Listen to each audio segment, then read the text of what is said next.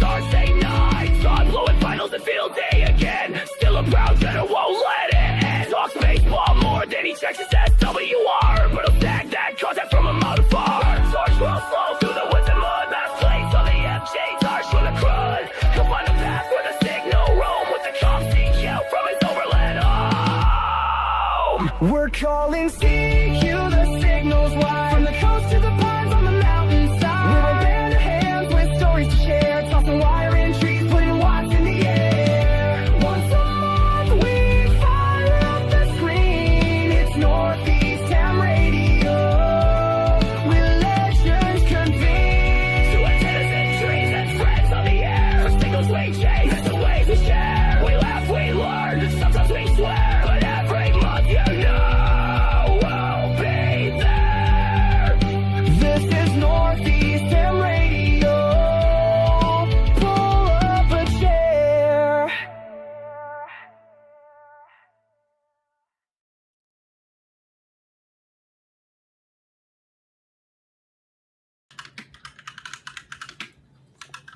And we're live. Hey. Holy smokes, who's running this show anyways? A bunch of rookies. Bunch of amateurs. Get out of my head. Welcome to everyone in the audience. This is going to be a fun evening, and I'm going to be in rare form. I'm just going to start it off and say I've been up since 4 a.m.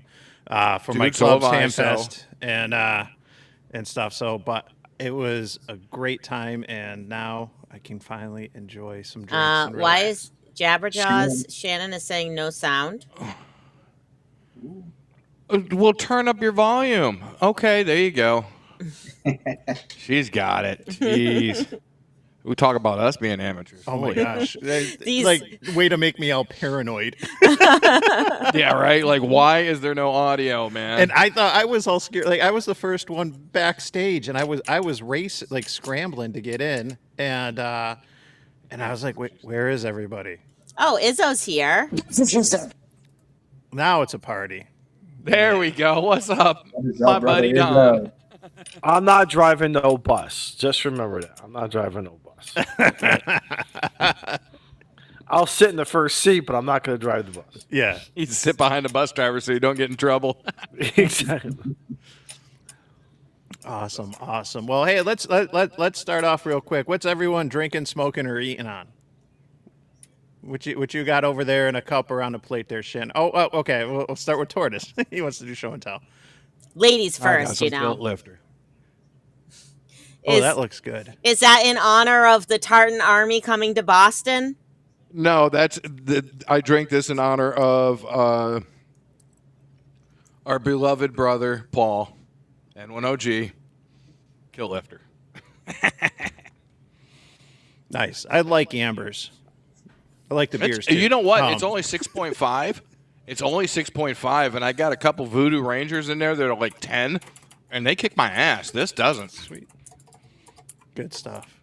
I called on you first, Shannon. What you got? You got a good cider Shannon. over there? You know, I am super basic, and I just have like High Noon vodka seltzer that you can't really see because of my background. But yeah, you know, I went to the adult beverage store after everything, right? So The Packy. You went to the Packy. You went to the Packy. You went to the Packy. Well, I call it the adult beverage store because I don't want Miles to go around saying like my mommy's going to the Packy. Which is, Oh my God! it You know what? sounds so No, bad.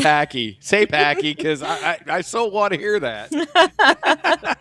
You know, so I say that I'm going to the adult beverage store.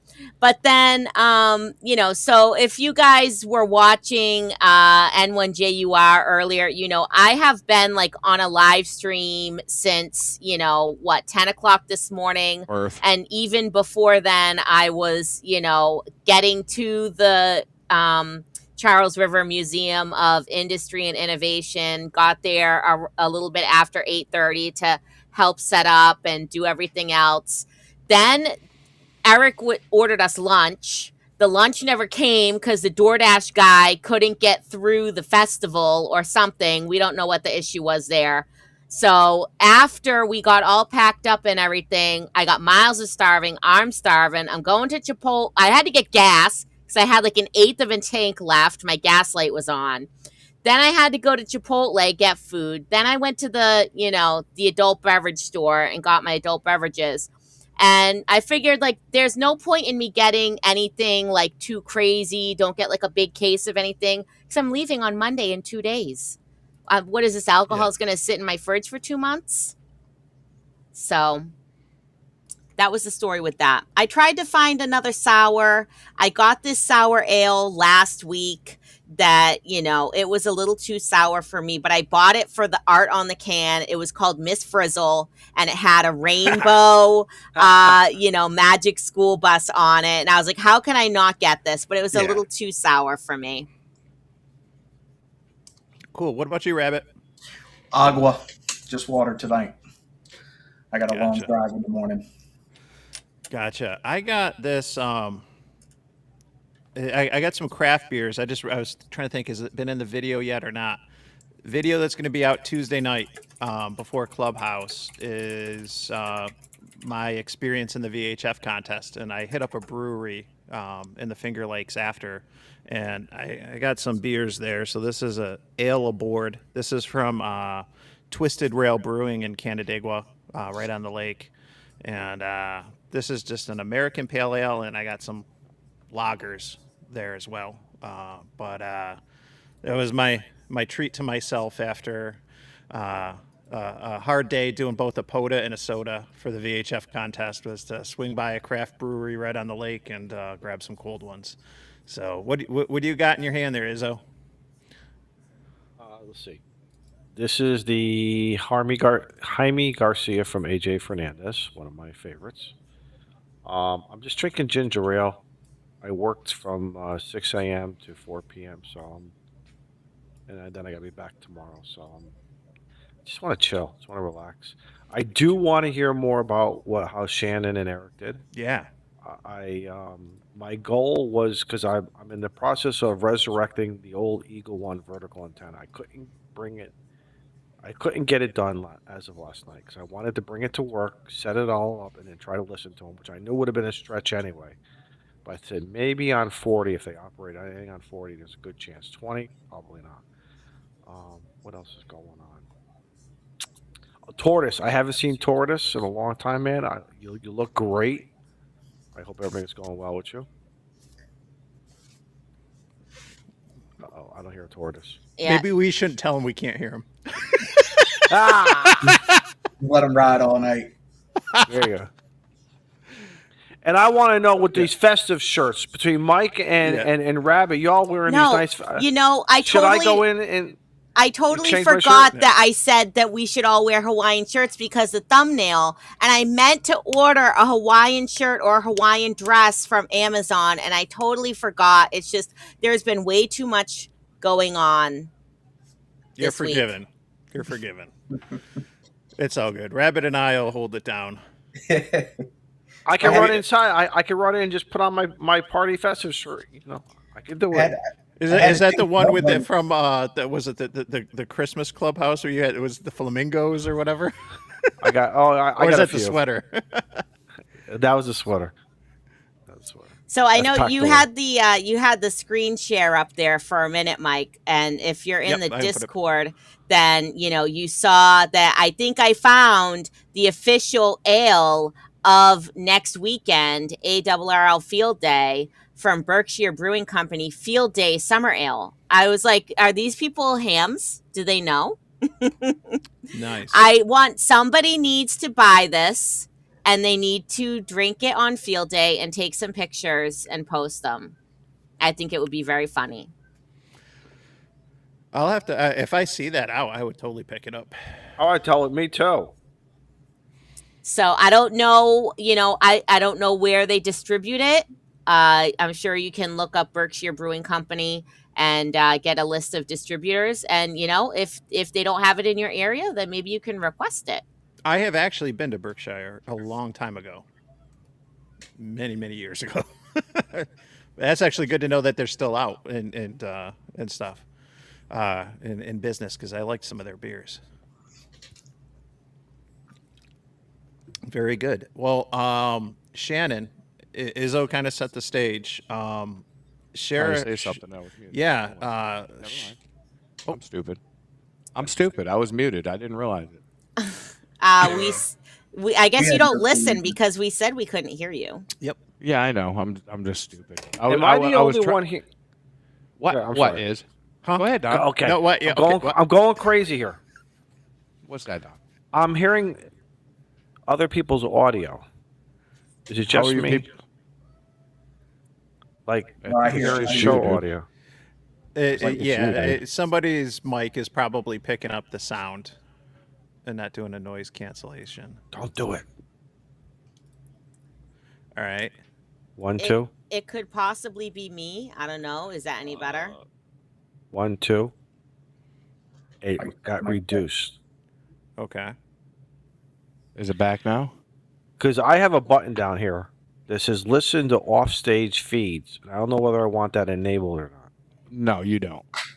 Okay, because I didn't want to cancel the show either. I didn't want to do anything stupid like hit a Yeah, button. stay away from that big red button up at the top of the screen. Don't see. touch That's that. that's what you don't tell me. Is it when I turn it down though? Is it making me too quiet? Yes. Yes, Okay, Yes. then I can't do that. because we What got to happened- hear that. What whole happens when you Boston push that accent. button, Izzo? Did you push it or not? I Don't push that disabled button. it. I did not enable it. Okay. Listen, if it's only me, I'll deal with it. Just I hear a little listen, bit of like an echo, but I can live with it. I mean, I'm almost like an airline pilot. You know how they have to hear each other or themselves. Is that better? No more echo? That's still there. No, it's still there. I don't hear it. That's Well, weird. we all should have just got here Yeah. 15 minutes before the show started, and this would have been. We could have worked this out. So Hey, You it's know, okay. you're absolutely right. We're Don. doing it with talk back on.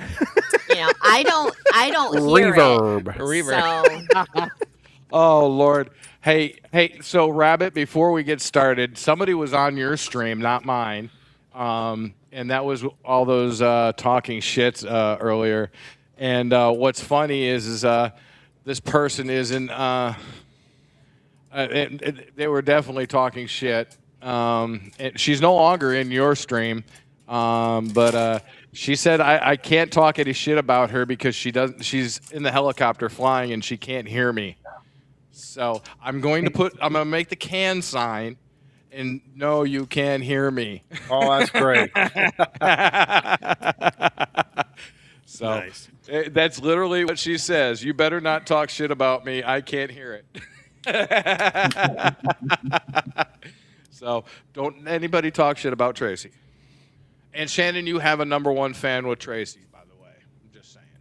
Ooh. okay.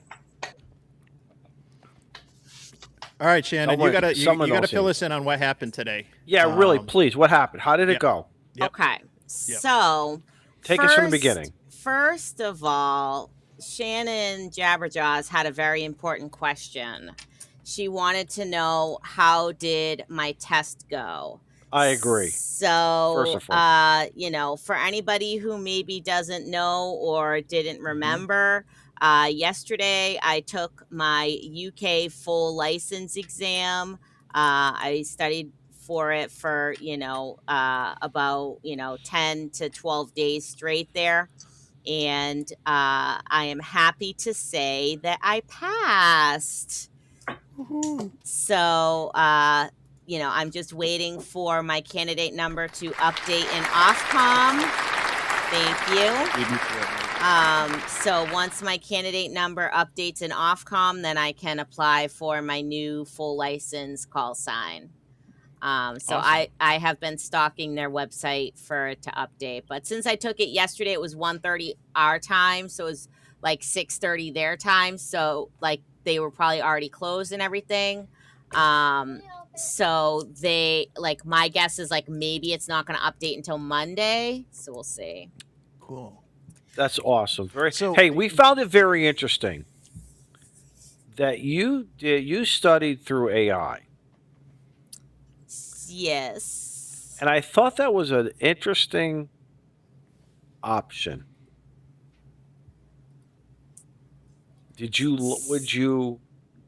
Would you do it? Yeah, I'm saying, would you do it for other learning certifications? Do you think, or?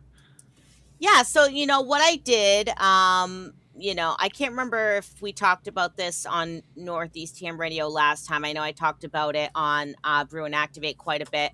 Was, we all know and love ham study, right? It helps you memorize the answers to the questions, and then it also has, a mode where you can get more information about the answer. Why is this the correct answer? Things of that nature. So I ended up vibe coding my own RSGB full license test trainer, sort of using ham studies methods of, showing you a number of questions. If you get the question wrong, it shows it to you more frequently. If you get the question right, it shows it to you less frequently. Basically until I memorized all 500 and whatever it was questions that were in the question pool. I can tell you right now how many questions were in the question pool. So I used that. Yeah, so it was 571 questions in the full license question pool for the UK full license. And yeah, so a lot of it is just memorization anyway, right? Is like you're memorizing licensing conditions, operating procedures, band plans, and you really don't even have to memorize the band plans and stuff because they give you the EX309 reference material that you can look at during the test. That's allowed. You don't even have to memorize the formulas because they give you a formula sheet that has all the formulas on it. It's just you have to know what formula to use when and how to use it. So when I was coming across questions that I didn't really understand what was the right answer or how to find the right answer, I tried to write into the program to integrate AI, but it was a little too complicated because it kept saying like it wasn't going to be secure. It was going to release like APIs or something like that. So what I did was if I came across a question that I didn't understand, I took a screenshot of the question. I uploaded it to Google AI, and Google AI was very good at reading the question, looking at the answers, telling me what was the correct answer and why that was the correct answer. So I used that for quite a few of the math questions. Because one thing I'm very bad at is trying to transpose a formula. So like if the formula is written and you're solving for F, but then you need to change it and solve for, capacitance instead of frequency, I'm like, I have no idea how to switch that around. We haven't done algebra since high school, and that was over 20 years ago, right? So, let me chime in here. That is not algebra. That is just basic math. 1 divided by 1 equals the other. Yeah, but when you have to take the denominator and switch it over to the numerator, and then you have to do, cross multiplication, I'm like, whoa, this is not anything that I have looked at for a very long time. Look at Tortoise. So, Tortoise is going to fall off the edge. Oh my God! I agree with her. This is not 2 trains leave Boston. One's going to go to Providence and make 4 stops, and the other one's going to go, but turn around, but go to Foxwoods because there's a New England Patriot game. And this is Shannon. Is this certification that you got? Would you say it's the equivalent to the United States extra? I think it's harder. Okay. Ooh. I think. Yeah, I think the European one is harder because they want to make sure you know what the hell you're doing. For the upper licenses, for the basic license, it's kind of like, get in here, learn, and as you learn, you'll grow. Sort of like us, but just like the general and the extra license, there's a lot of math in there, man. And Shannon, I hate to break your heart, but I use most of the radio formulas at least once a week. Do you Yeah, really? but Still. Yeah, but is that because you do it for work? Yes. But I don't. see, that's the difference. If you do it for work, then that's good. That's great. You're keeping it fresh in your mind. Muscle memory, yeah. For Yeah. me, I don't, I'm not calculating the, resistance and capacitance and, No, she's not. She's calculating the distance to the adult beverage store. That's all, and how much gas she's going to get on the Subaru, and how much time did she have because Miles is at school and she's got to go run in and run out. I'm sure there's an algebra formula for that, but it doesn't apply for antennas. Yep. So, thank you, Izzo, for being so understanding, unlike Tortoise. I am no, honestly, because when I looked at the entire syllabus for the extra, I can't do it right now. There's just too much going on in my personal life and my professional life for me to take the time. It's not an excuse. I've resolved it. I'm now in my life is not the time. But I did look at the syllabus real hard. 50% of it, if we were to take all that what we consider the ridiculous stuff that we don't use and this and that, I'm going to pass that test. You get me into that whole. You get me into the hardcore stuff. Probably the stuff that Tortoise uses every day. It's a. Yeah, I agree. I agree with you. I mean, if you use it, you don't lose it, and if you don't, if you use it, it makes sense. It makes sense, doesn't it? Yeah. If you use it just to get to your test, and then once you do your test, you're like, I'm not going to use it again. Well, I didn't learn a single equation for the extra. Not a single one. Don't tell me that. Every once in a while, someone tells me that. No, I've memorized the answers. I found some sort of item in the question that would link me to the answer, and because I'm horrible at math. Unless it's pump calculations, I'm horrible at it. But drug calculations, I can do that. The GPM over here of this hose I get that. About friction loss, I got you. But I just memorized the answers because I'm horrible at math. Horrible. Yeah. Anyway, but Shannon. So more importantly, this is about Shannon, guys. I think it's great not only that because you're going to be going over there now for 2 months. You're going to have an opportunity to do some fun radio stuff as well as regular stuff, but you add in the ham radio component of your trip. I think this is absolutely fantastic. This is like a wonderful life experience for you. Yeah, so, I could have done radio before, right? Anyway, I was, an intermediate. I was able to transmit 100 watts on basically every band available, except I couldn't use 60 meters. But now I'm a full, so now I can use 60 meters and I can transmit up to 1,000 watts. Now, am I going to have the ability to transmit 1,000 watts? Am I going to have a amplifier with me that can do that? No, probably not. But, just the fact that I could do it if I wanted to.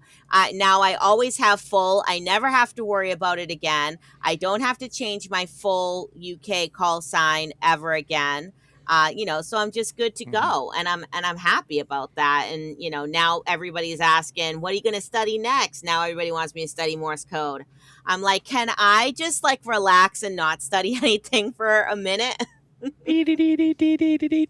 Well, and that's sort of a good segue for going into what we did today. Yeah. So, we went to the Charles River Museum of Industry and Innovation.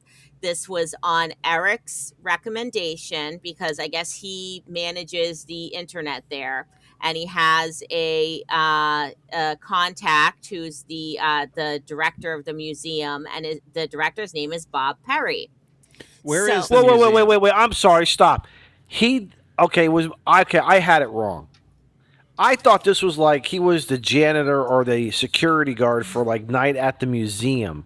I thought he was I thought Eric was like the Ben Stiller walking around with a flashlight, and the monkey was going to. The exhibits are going to come to life in the middle of the night. They're going to come to life, right? Exactly. Oh, I didn't know he was a professional with the. I'm happy for him, but still, I thought he was night at the museum. So, the director of the museum, his name is Bob Perry. And when he heard that we wanted to come and do this event at the museum, he was like, Oh, yeah, that sounds interesting. Let me ask my board of directors.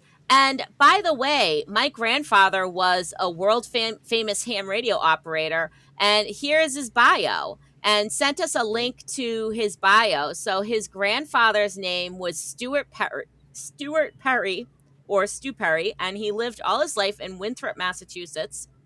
And if any of you guys are familiar with 160 meters, and the Stu Perry contest comes from this gentleman whose original call sign was 1BB.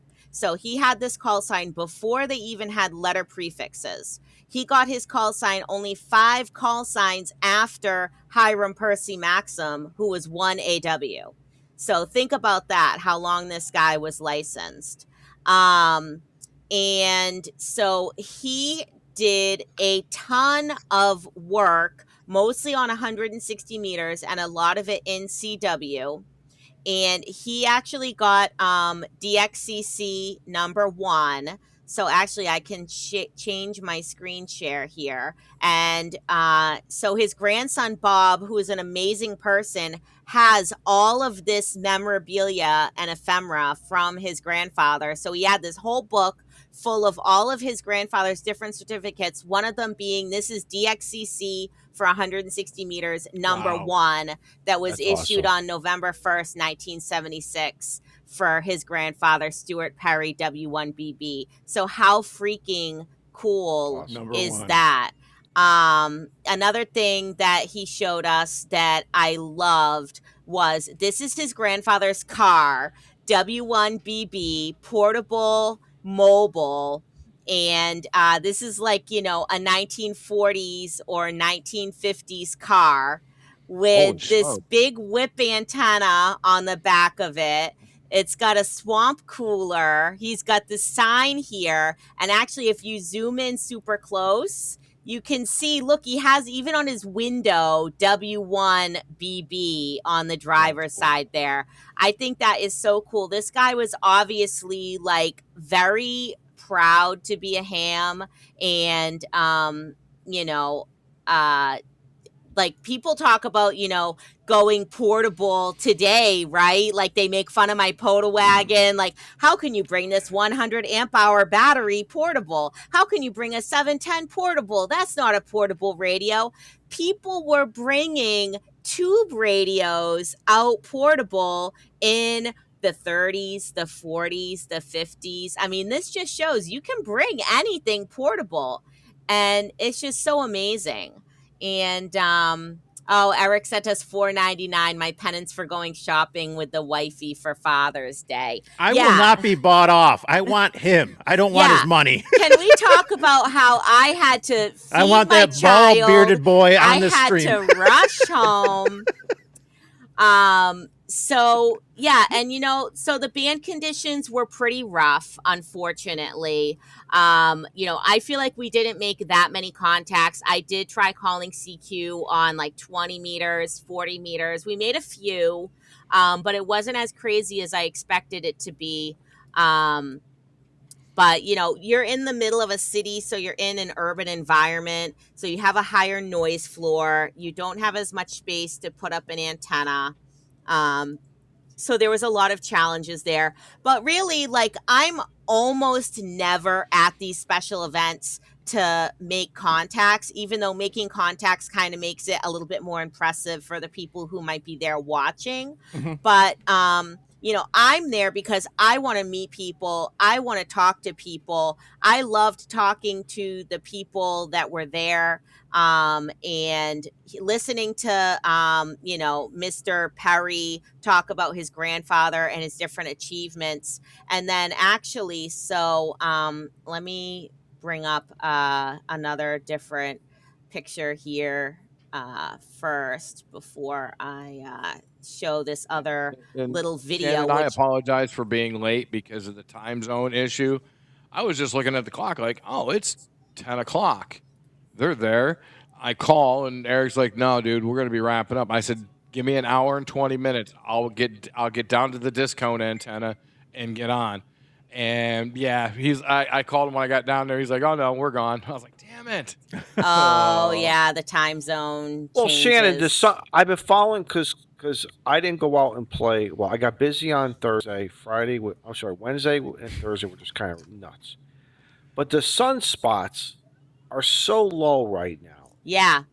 I It's mean, weird. the It's stations that, you know, the stations that I could hear were Mhm. very weak. There was a lot of QSB. So, like, I would hear a little bit and then I would hear nothing. And then I would hear a little bit. So, it was very hard to copy call signs. So, yeah, it was just really rough conditions. But so I took a picture of like an overhead view of kind of what we had set up. I think you can't see the one table that we had off to the side that had like all of Mr. or a lot of Mr. Perry's like paperwork on there and pictures and everything. But you can see here we had a station set up to Eric's Flex, and we were sending SSTV, sending and receiving SSTV. This is my great friend Adam, Alpha 1 November. So thank you so much to Adam, and also thank you so much to Michelle Oh, for you had coming. Adam there. Adam's cool. Yeah, so thank you so much to them for coming and helping. Michelle is an amazing CW operator. She's also an instructor for Long Island CW Club. But so she brought some keys and some bugs and some oscillators. Adam brought some stuff that he had made, like a 40-meter receiver. And so Michelle is actually here, and this is my radio here because you can tell because I have my sticker on it. So she is making contacts using Stu Perry's bug right there hooked up to my nice. radio. So that is pretty Nice. cool on That's cool. CW. And then, so this is Mr. Perry's grandson here, Bob. And this gentleman here is the trustee of the call sign W1BB.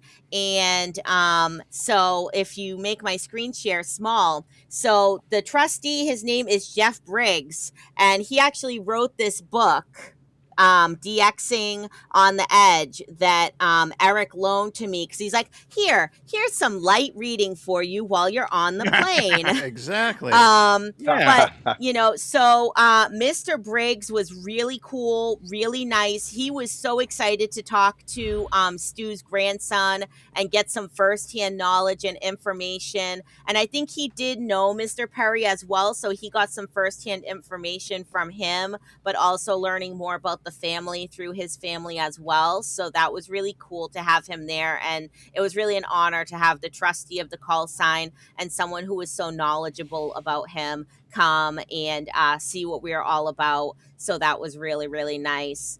And so one of the things that Mr.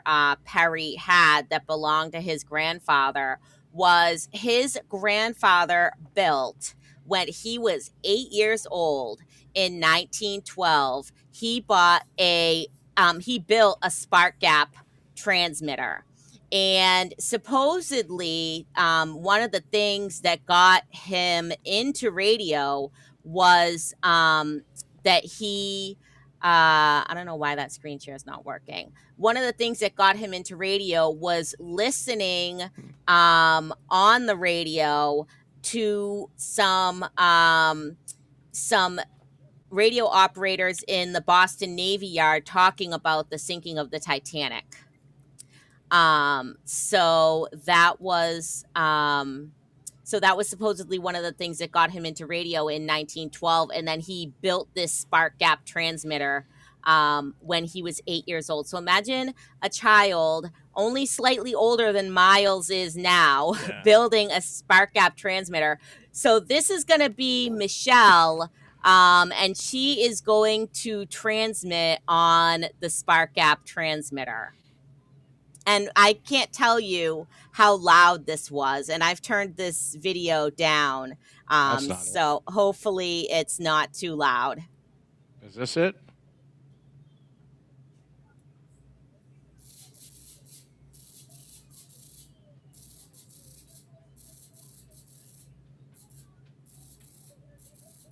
Turn it up a little bit.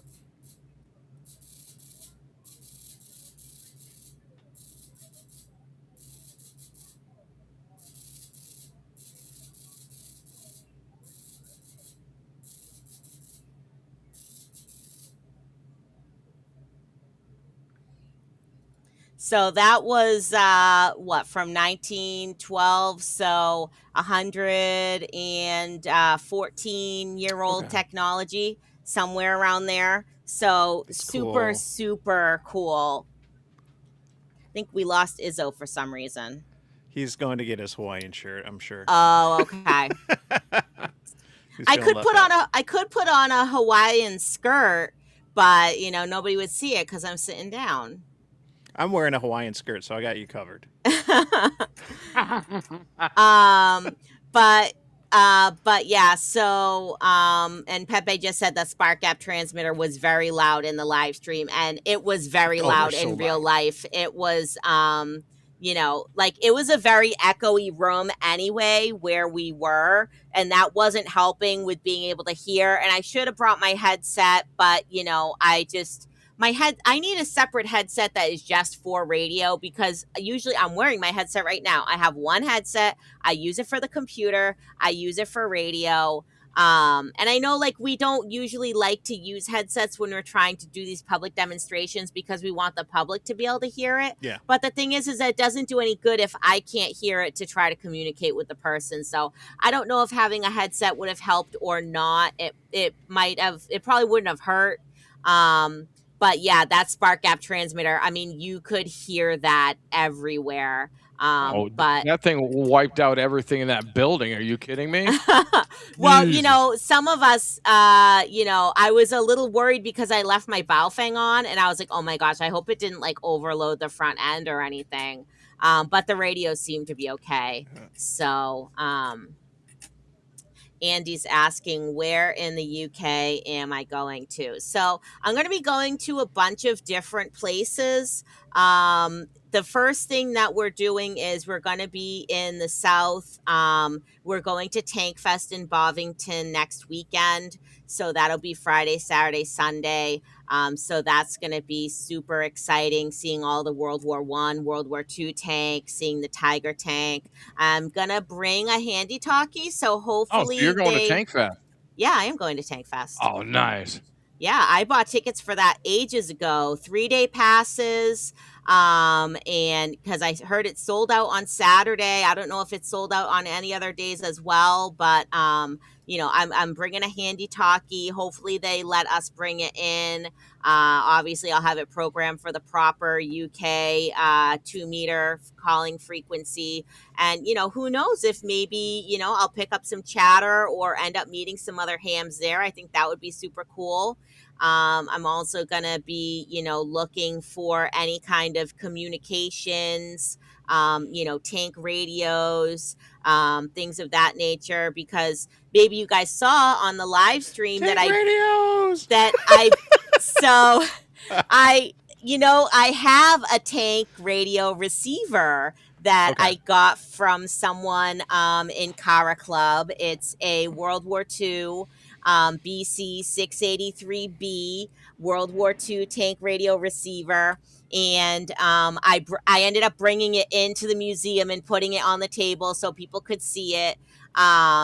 So it was really cool. And, I don't know if it works. It doesn't have the right dynamotor, but people tell me if I was going to use it, then I wouldn't use it with the dynamotor anyway. And it receives FM, and it's it's crystal controlled, so it's for somewhere between like 27 megahertz to like 30 megahertz, so it's not even really That's in typical, band yeah. for Okay.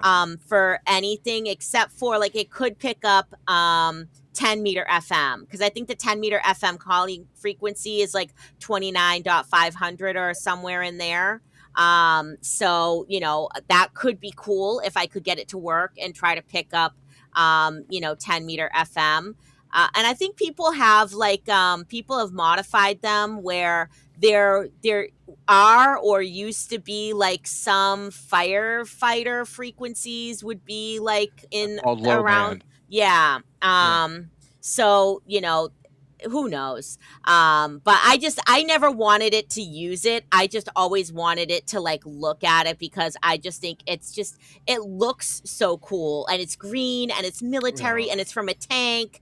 And, everybody, like, as soon as I brought it out, people were like, wow, that is so cool. And they're like moving the little the little fins back and forth that like hides a speaker, and everybody wants to push the little program buttons in because it has like 10 programmed frequencies, which they are a little sticky. It probably needs some, electronics cleaner in there or something like that. I haven't opened it, and I'm a little scared to open it because there could be probably high voltages present, right? Like if it has capacitors, who knows if When was the last time that thing was powered up?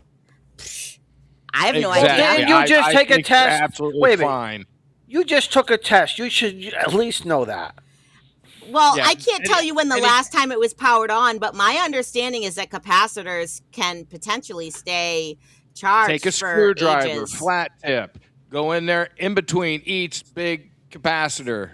Be prepared for a spark. Pop, pop, pop, pop, pop, and just discharge them all. Yeah. And then take a wire and go from one terminal to the other, and the capacitor will no longer charge because they can air charge, believe it or not. So all you do is you just run a wire across a high voltage capacitor to make sure that it doesn't charge.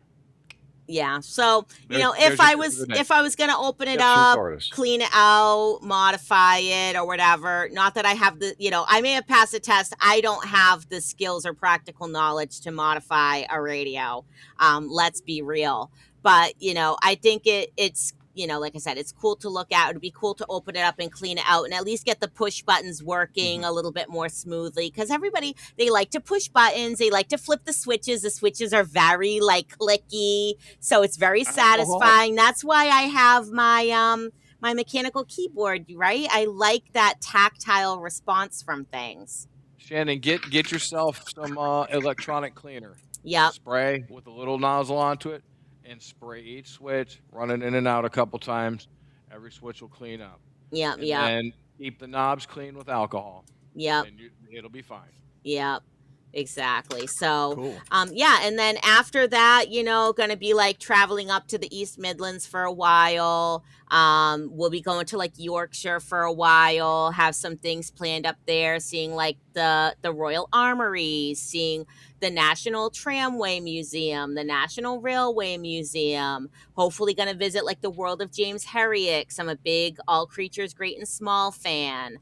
And then got to see Bletchley Park, obviously, got to see where they broke the Enigma code, got to visit the RSGB station and operate the station there, hopefully. And then the last week we're actually staying right just outside of London in the suburb called Uxbridge, where there is like the Battle of Britain bunker. So it's like one of the only RAF bunkers that's like still intact with like the squadron board and all the maps and everything, and it's open to the public. So Cool. that's like very close to where we're staying, so I really want to go there and check that out. And Miles is like all about planes right now. He's gone from ships to planes. So I don't know how that shift occurred, but he really wants to see the Concorde. That's like his favorite jet besides the DC-10. So we found out there. Wait. The Concorde is his favorite jet, yet you were at the Air Force Museum and saw the most beautiful bomber supersonic in the world, the XB-70 Valkyrie, and the Concorde is his favorite plane? This thing makes a Concorde look like a freaking little pissant toy. I know, but Holy smokes. he likes commercial passenger jets. I don't know why. He's more about the commercial passenger jets than the fighter jets and stealth bombers and stuff like that. I don't know. He's a weird kid. What do you want? So, so there's this place. It's called Aerospace Bristol. They actually have a Concorde there that you can go on board. You can, sit in the seats and touch the stuff. So, we're going to try to make our way over there and hopefully see that for him, because I know that's one thing that he really wants to see. And yeah, KS0JD. I really do want to do bunkers on the air. I found out, where there's some bunkers somewhat close to us. And you actually only have to be within like 1,000 meters of the bunker to even to activate it. So it's not like Okay, they give you you a lot know of room then. yeah, you don't have to Yeah. be in the bunker or on top of the bunker. You can just be in like the general vicinity of the bunker. Because obviously, like some of these bunkers, they're on private property. So, they want to kind of make it accessible for people to be able to activate them. So that's going to be, that's going to be hopefully a goal of doing at least one, and lots of POTA as well.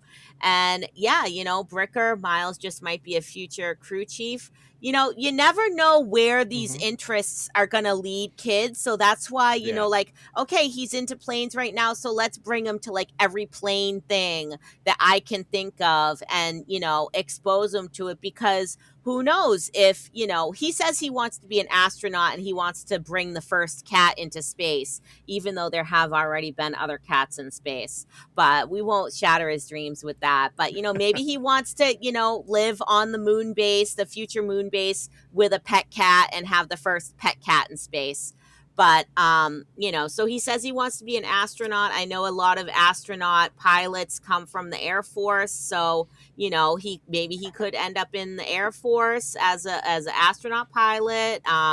Maybe he could be a mission specialist, a scientist. Who knows? You can never know if you don't expose them to and give them the opportunities to see and do all of the things as much as I possibly can. Imagine 30 years from now, he's on the moon and he's running the first Packy on the moon. the first adult beverage store on the Yeah. moon. Yeah. In honor of my mother, this is called the adult beverage store. Yeah, the adult beverage store. No, but Shan, you're absolutely right. I think as a parent, and I think it's fun even to as parents that we kind of get into their world a little bit too. I think it's always fun. I think it's always fun to figure out where they want.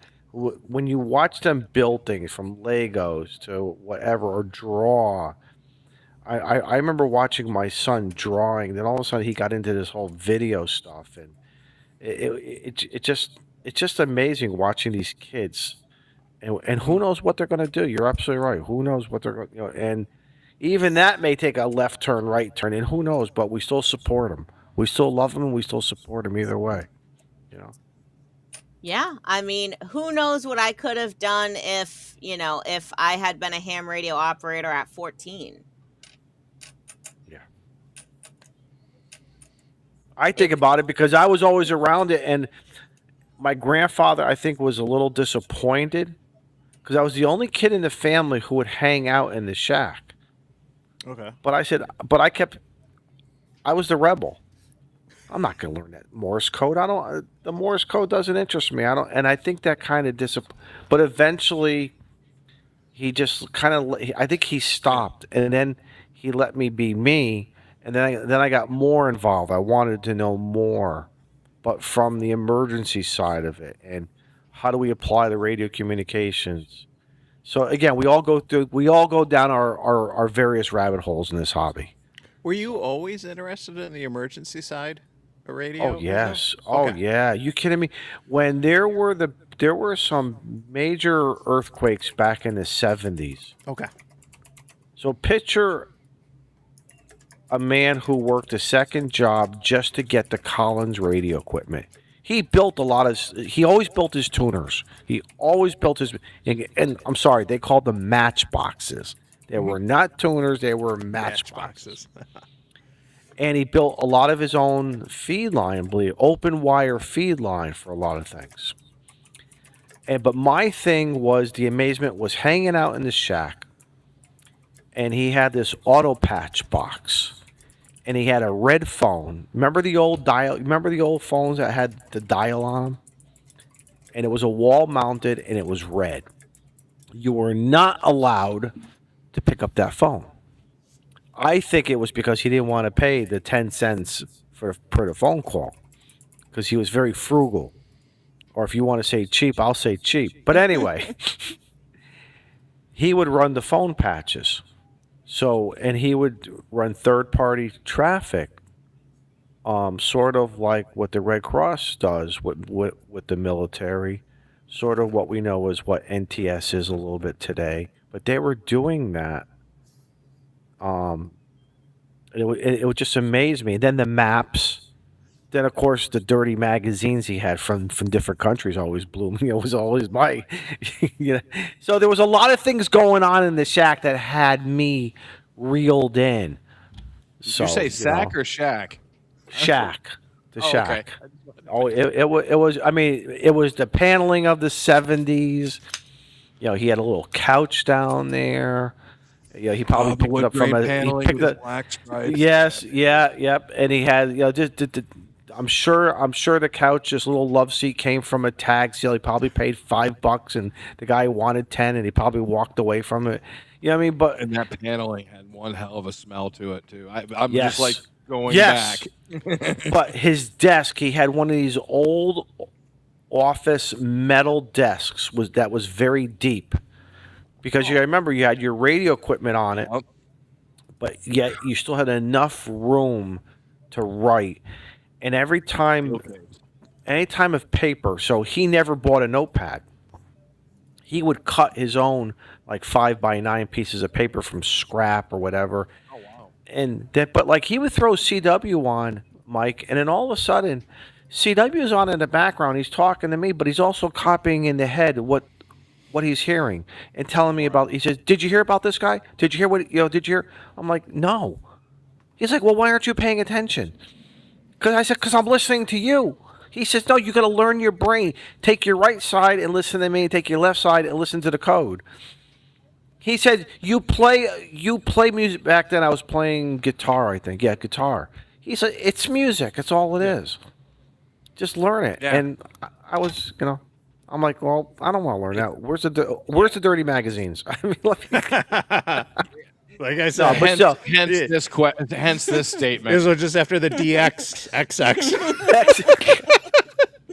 oh, my grandmother used to get mad when she found out, because there was a window, and then he would shut the curtain, and then Shacking off. Wow. in the wintertime, there was, again, he was frugal.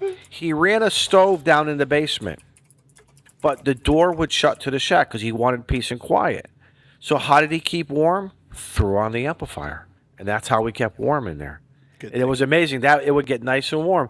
But then later in his life, the man went QRP. It was just like really weird. His last 30 years of his life, he lived to be 94, and then like in his mid 60s or something, he went to QRP. But you were showing the spark gap. I remember him telling me they were running some spark gap in one of his earlier homes, and they were doing it, and the humidity in the air one summer, he says he could feel the electricity all over his skin. He felt it was very dangerous. And the bleed over, it was very weird. So, I mean, we laugh at some of these radios, like the Baofungs and other radios that may not have, they're very questionable on, is this the right word, spectral purity, and their harmonics. I think back then these guys were bleeding all over the bands until things started getting regulated. And this is like around 1930, 1933, 1935, and everything. I mean, of course, I wasn't around then, but it's just amazing how things progress. But I get what Miles is going through. I get it, because I see, even to this day at 62, just when you start getting engulfed into something, and then all of a sudden something triggers you, whether it's a YouTube video or being here on these live shows. I'm like, something. I think like this whole Meshtastic thing. Yes. I think I want to get into it. Get into it, please, Izzo. We need you, but not Meshtastic, Meshcore, because everybody. Meshcore. Yeah. Because I found a site that shows the map of the whole Northeast area of how things are going. With the lines. Yeah. From my area up to you, up down into New Hampshire, and how it goes into New York State and this and that. But yeah. So, anyway. unfortunately, I have my mesh core node outside, but I'm still a mesh of one. Like there is this dead zone all around Lynn, Salem that they're kind of like, we're trying to fill it in with more nodes. But Josh just did a great video a few days ago where he took these like $15 Harbor Freight solar lights I and saw put that. these little, Seed Studio um thingies, development boards in there, the Zhao boards or whatever Okay. they are. And he made the soldering look so easy that I'm like, wait a minute, I think I could do that. And I have done simple soldering like that before. I built a K6 ARK mic kit. Those wires were freaking Nice. tiny. They were a pain in the Yes. butt to try to strip those wires. But so it's like taking the multimeter, finding the right voltage to put the solder on. And to be honest, Josh made a mistake and he soldered it backwards the first time, and somehow he didn't fry the board. But the fact that he left that mistake in, it's like, here's somebody who's way smarter than I am, and he still makes mistakes. We all Very make genuine. mistakes. That's genuine. And I Yeah. like that. That's genuine. Yeah. So, and you were talking about your grandfather's shack. So I put a picture of the screen share up. So this is W1BB shack. So this was one of the pictures that wow. Bob Where's Perry the curtain? had. Does he have a curtain? There's a curtain there. There's no DXXX in this shack. That looks like all E.F. Johnson gear. At least, not as far as I know. But I think it's so cool. Like you can see it's clearly in his attic because you got the roof coming down here. Like look at this old picture. This is probably like him and his like brother or sister or something like that. Old The one on the picture right looks like Jack Black. Yes. I wish we could see what the year was on the calendar. It's October something. We can't really see what the year is on the calendar. But that's all E.F. Johnson Viking equipment. So it's not that old, that picture. That's Johnson Viking. Yeah, equipment. I mean the picture might not be that old. Like this could be what, maybe 50s or 60s?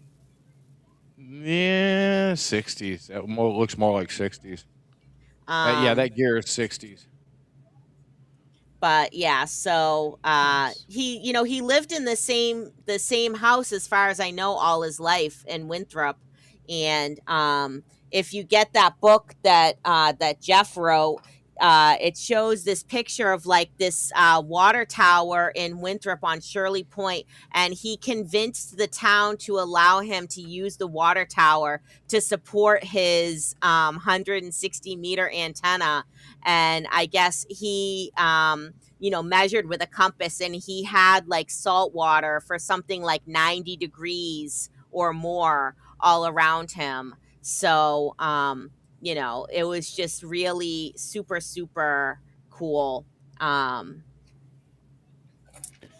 what you add in here, Izzo? All right, so that's 1947. That was my grandfather. I think that was their first house they bought, and that's upstairs. That eventually became a bedroom as they started having kids. And I love the QSL cards up on the wall there. I actually have a bigger picture of this in my shack because it's one of those that you just look. It's sort of like playing Waldo with it. Because every time you look at it, you find something else. Yeah, that's him being very intense. But like I said, back then, like I said, they were just very. Again, if you look at the history of how the FCC was created and where ham radio fits in the timeline. I ask every ham radio, explore that when you get it. When you got nothing else better to do, go back to see what was going on, because ham radio operators were really not wanted. Because TV and radio broadcasts were very threatened by the ham radio community, and they wanted to make sure that we were not taking over their airways because it was money for them. It's all money. They're going to generate money through ad revenue and others. it just got all crazy with them. Let me just show the other. So, And then there's the and it's like, for those of you guys who know me or people that don't know me, I love history, right? I love any kind of history. So, anytime I can connect history to radio Ooh, is where it's just, two worlds colliding, and it's like a perfect storm of I want to learn more. And that right there, that's a pretty cool picture too. That's your grandfather, Izzo? yeah. Now that's when he had his van. He had a vanity. He had two vanity call signs. I think I can't see what's on the light. I'm not sure if that's W1FD. Yes, I'm sorry. That's Yeah, it's W1FD. FD. That's when. That's when he. That was his last call sign. So I have his original from 1933. Then he went to a vanity of W1YY. Called him Yak Yak because he always talked. But then he was able to obtain his first in letter initials, Frank Darmafalski, W1FD, which of course everybody wants an FD when you're playing with ARRL Field Day in June. But that's a corner. That's a corner of the shack. There's the red phone on the wall. You see the black box of all the feed lines coming into the shack, and this was all very well designed and grounded and bonded, and the tower out in the back, and the antennas in the back, and Everything's grounded to the metal desk. That thing yeah, is solid. probably. Yeah, right. And the bus bar that he had, it was just an amazing. And I remember he cried because they had to go they went to an assisted living facility about 10 miles from here, and of course he had to sell everything down and this and that. But the facility allowed him. He had a 10 tech radio when he's like 50-watt 10 tech radios.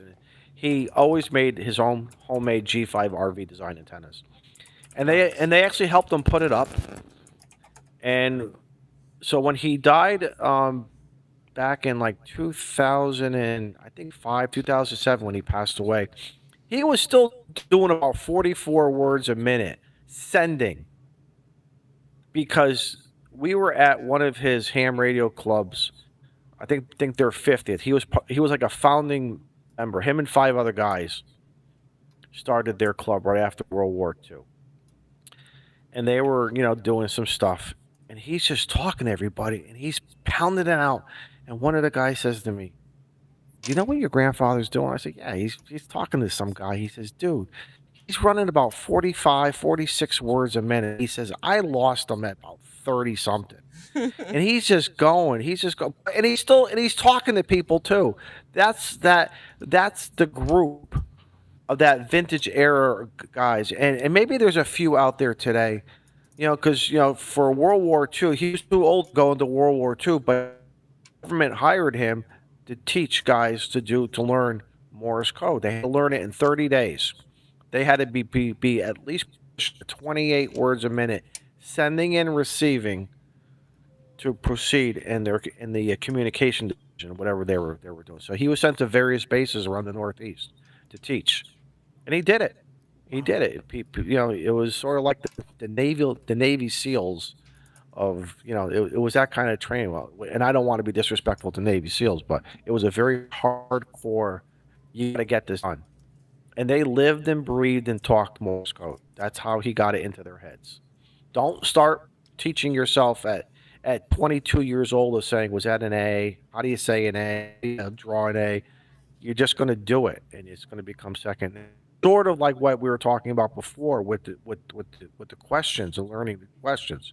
Yes, you can memorize them. Some people find it easier to understand them, and then you get guys like Tortoise who are using this stuff every day. It just Yeah, comes easy. that's, It's second nature.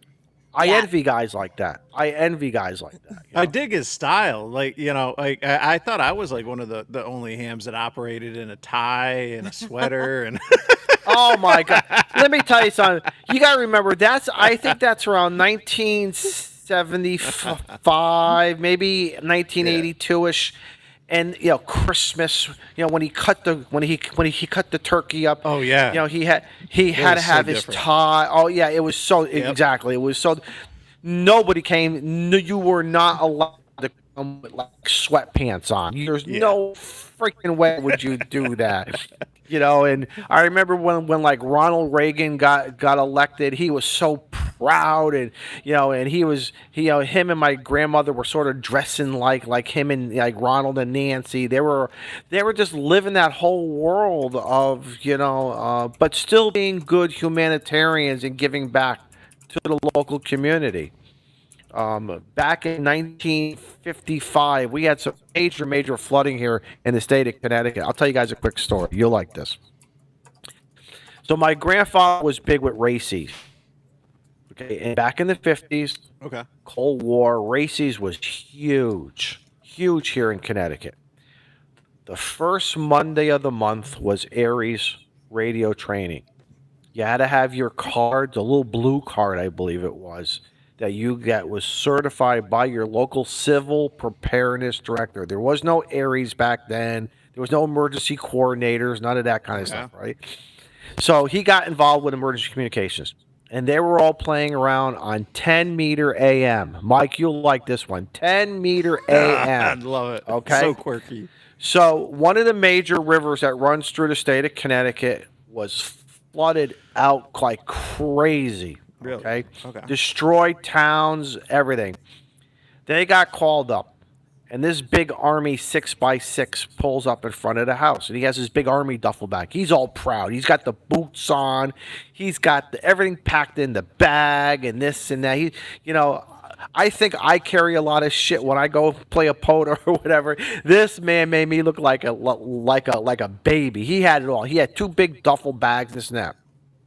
He kisses my grandmother, runs out to the truck. All of a sudden, my grandmother comes running out the house. Frank, you forgot your toilet paper. You forgot your toilet paper. And she embarrassed. He's like, Mother, because he always called her Mother. Mother, do not embarrass me. And all the guys in the truck. But guess what, though? He had his toilet paper because he told me 3 days in, they ran out of toilet paper, and he was one of the few guys who had toilet paper. It was so bad where they were working. Vehicles were stuck in the mud, and literally like 4 feet in the mud. They weren't going anywhere. They were taking, well, some guys will say they were stealing. They were taking the car batteries out of these disabled vehicles and putting them on the air to run radio stations on 10 meter AM from a firehouse to a police station to the hospital, etc. And that's what they did for 2 weeks. That's awesome. You do what you got to do. Why did they run And with it's 10 not meter stealing. AM? I'm curious why they ran with 10 meters. Because in that like what they 55, had? while 2 meters was, I don't think 2 meters was even developed back then. Okay. They all had HF radios. Okay. And they were running 10 meter because they only had to do like a 30-mile, 40-mile, Yeah, that's fine. district area. They didn't have beams with them. Nobody was carrying coax with them.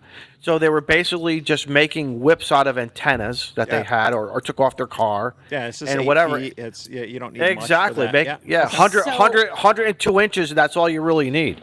There you go. And here's the thing: you said this was shortly after World War II. This was, I believe, the floods of 55. I believe it was 1955 here in Connecticut. It was very bad. It was called the Housatonic River. Not too, maybe about 20 miles south of the Massachusetts border, western part of the state. The Housatonic River went nuts. So I'll have to find on YouTube this guy who's he's actually from New Hampshire. He goes to Nearfest, but I've never met him. His YouTube channel is called like Microwaves, and I think his name is Mike. So it's spelled like MIK. And he did a talk like last year about how World War II radio surplus changed ham radio. So, they were probably using a lot of surplus military radios that were probably already on 10 meter AM, and they were just using what they had available. Nice. I'll have to find the link for that talk, but that guy, I can't remember his call sign, but I just recently found the video on YouTube again because I was looking at that, that radio that I got, the World War II radio. So I wanted to rewatch that video and that talk that he gave. But he has actually gone out and done POTA with like 1930s gear. And I want to get in touch with him because I want to see if he would be interested in coming to Hammond Castle and doing a demonstration of 1930s radio gear at Hammond Castle. Because John Hayes Hammond Jr., who built Hammond Castle, is considered the father of radio control and Correct. developed radio control technology for torpedoes that ended up being used in World War II. So I think Let that me would tell you be something really real quickly before I forget. And Mike may know this. Mike being a tortoise, being a big Motorola guy. Motorola was racing during World War II to develop communications. Oh, to yeah. help, because what they learned in World War One, what was needed. And a bunch of Canadians were also doing their own thing. So, and the government was trying to decide what they wanted to use for equipment and how they were going to, and these guys were racing to get the contract. Motorola was going crazy with batteries, equipment, how the GI was going to carry this versus setting it up in a tent as like a mobile control station, base station. It was just amazing. The other thing, Motorola had a lot of influence in the communications for World War II, especially for the big portable Yes. radios. They made the first one. Yeah, right. And they just did a phenomenal job. And I mean, they were swapping out D batteries and a lot Yes. of them. And Yes. I mean, they wouldn't last very long, so they would constantly be turning them on and off, unless they were set up as a base station someplace.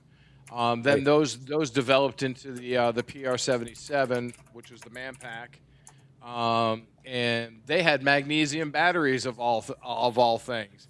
So in Vietnam, they were told not to get the radios wet. Yeah. And, I mean, you're in a freaking swamp, dude. 90% of it. So yeah, it was like, so they would take the Manpacks off and carry them above their heads as they walked through a water area, and then the damn radio would get shot. So Right. And the Canadians too. The Canadians were very instrumental too. Oh, as yeah. another group trying to again, it's part of how do we win the wars. Everything was a part. Every group was how are we going to contribute so we can win the war and everything. I think it's just amazing. If you guys have nothing, again, you guys have nothing else better to do. Google this stuff. Go to YouTube. You'll see a lot of great information about two-way radio back in the 30s and the 40s. Shannon, Hammond Castle. We brought the kids up to Gloucester. Gloucester. I highly- I'm sorry, what? Gloucester. How does a Connecticut guy supposed to enunciate this word? Gloucester. What is it? It's just And I'm not even Gloucester. from New England. Gloucester?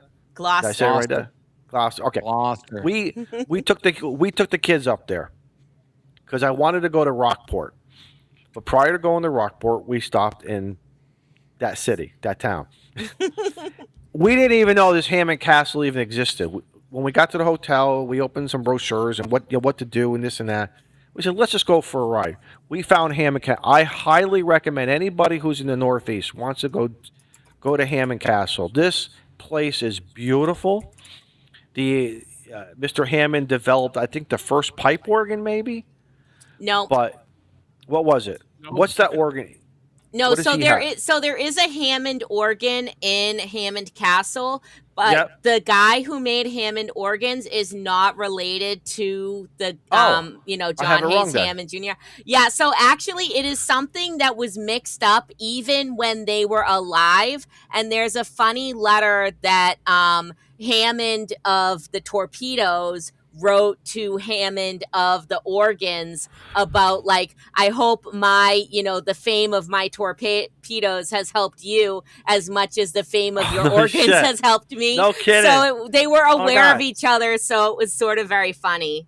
But going through the castle, there are rooms, and there's stuff that you could see, and then there's stuff that you cannot see to this day. I believe it's still classified. This man was incredible with radar and so much other things for the military of what he did. I don't think we'll ever really know. Maybe his family does. But there's just so much that we don't, to this day, that it's the foundation of, radar and RF and a whole bunch of other stuff. So very cool history here, right here in the Northeast. Yeah, and so and very important inventor as well, that he was very well known in his time, but he sort of has been forgotten. And he did a lot of work with like radio control technology, also with like radio and television as well. And I think he actually sat on the board of director for for RCA at a time. Oh wow. Probably. And I dug these out because like 30 minutes ago, seeing the QSL cards on your grandfather's wall there, Izzo, reminded me of this. And somebody in chat wanted to know, did your grandfather enjoy barbecue crisps? No. But let me tell you a quick story. So down here in Connecticut, we have a park. It's one of my favorite POTA parks. It's one of the biggest parks in Connecticut, called Hammonasset State Park. Back in the 60s, again, he worked a part-time job to buy a shack. And when I say it maybe had 1 or 2 bedrooms, cold water running only. There was no bathroom. There was an outhouse in the back that you had to use, and there was no electricity.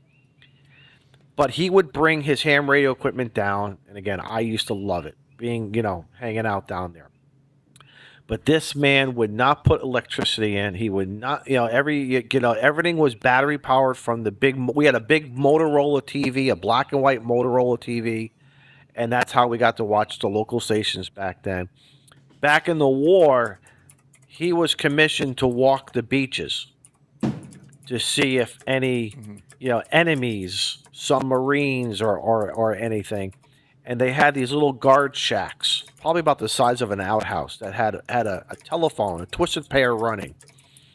And you were only allowed to pick up the phone to check in every couple hours, or if there was an emergency where you sighted something.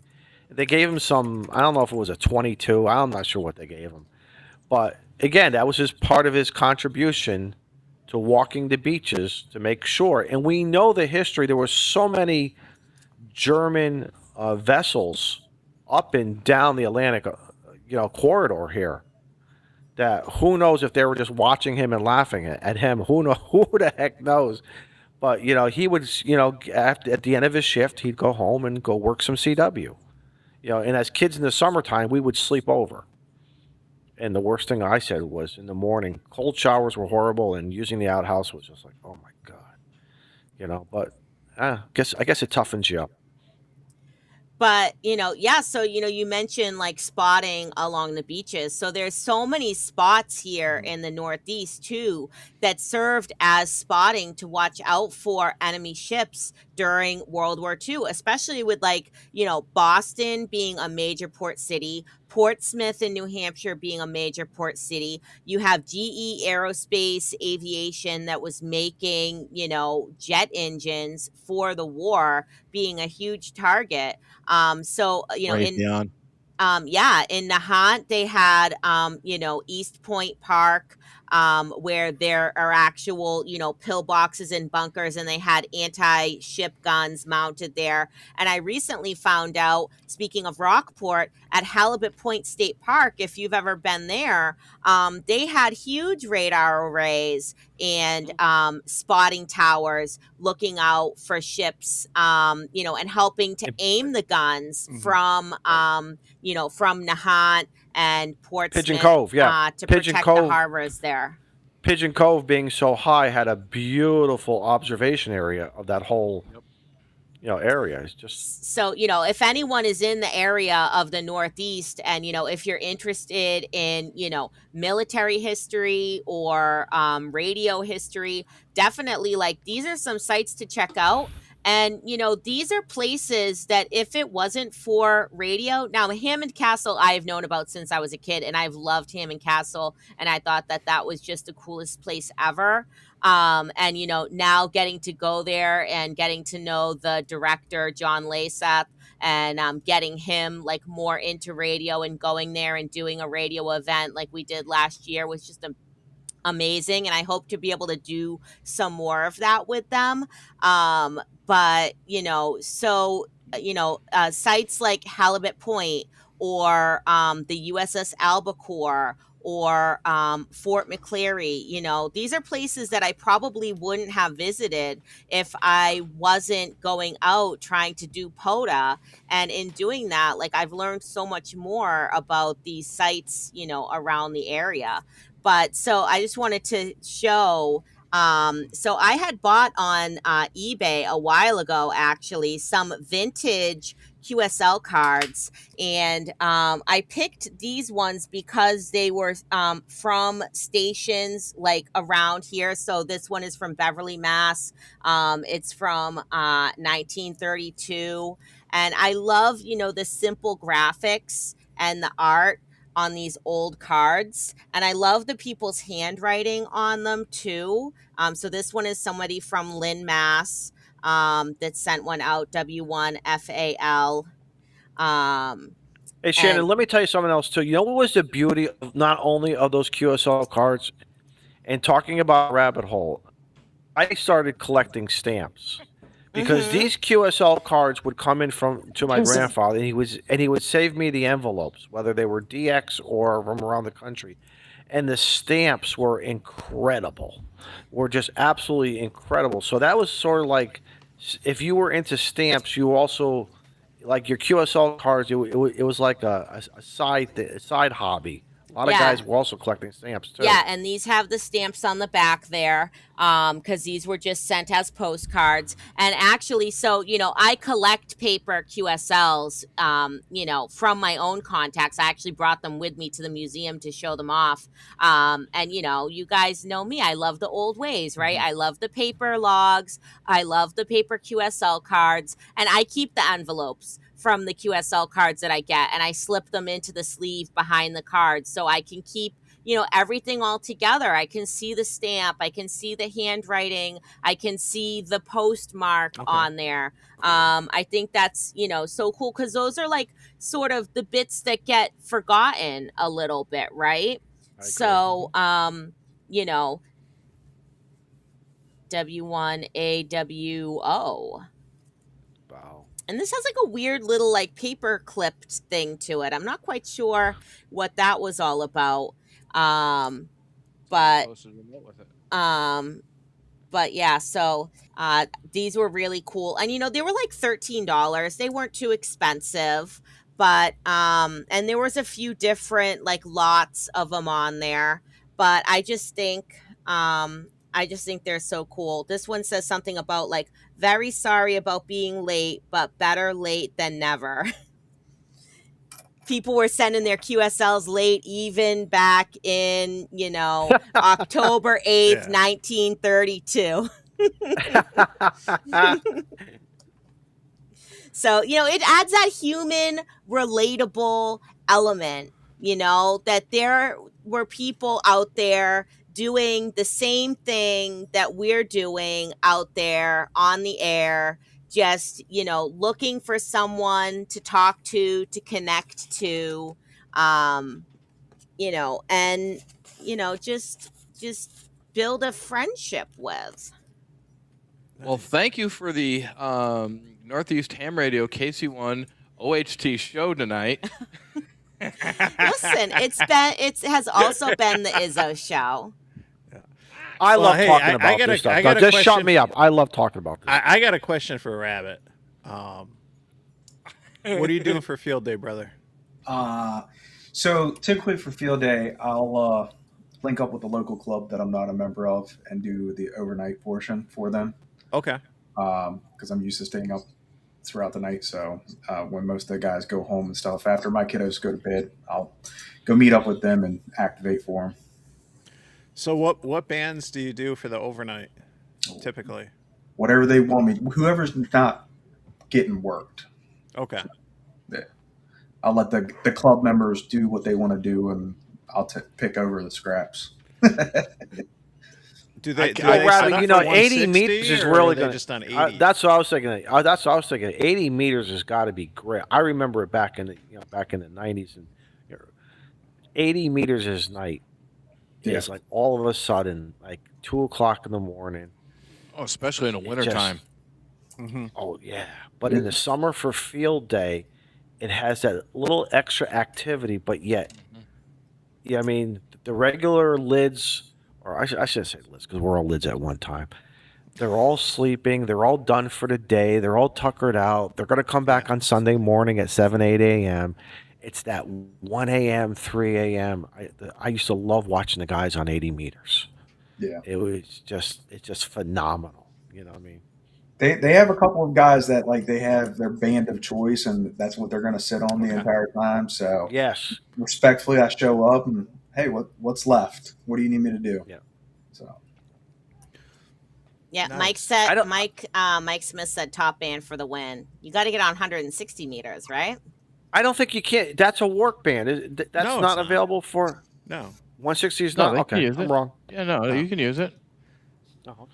it's an 160 MF for band. it. It's It not is the HF, top son.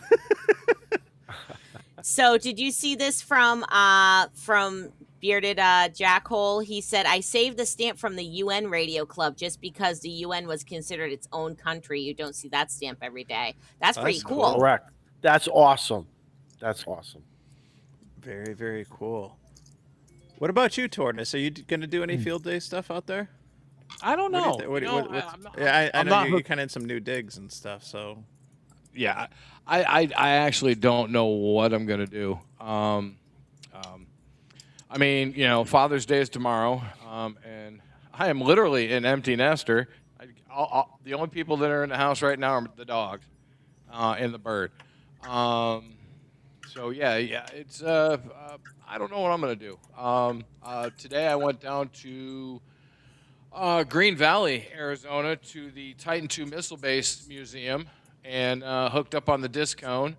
And I had rather good noise level, but everybody's audio. I got to check my 7,000 out. Everybody's audio was kind of low, so I'm gonna have to check that out.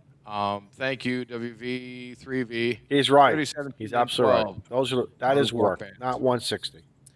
So, how far is that Titan II Missile Museum from you, Tortoise? The Titan II Missile Base Museum is approximately an hour and 25 minutes from me. It's Ooh, south so of it's Tucson. It's a little It's far. if you go from my house to Tucson, you go down 10 to 19. 19 goes down towards Nogales, down towards the border.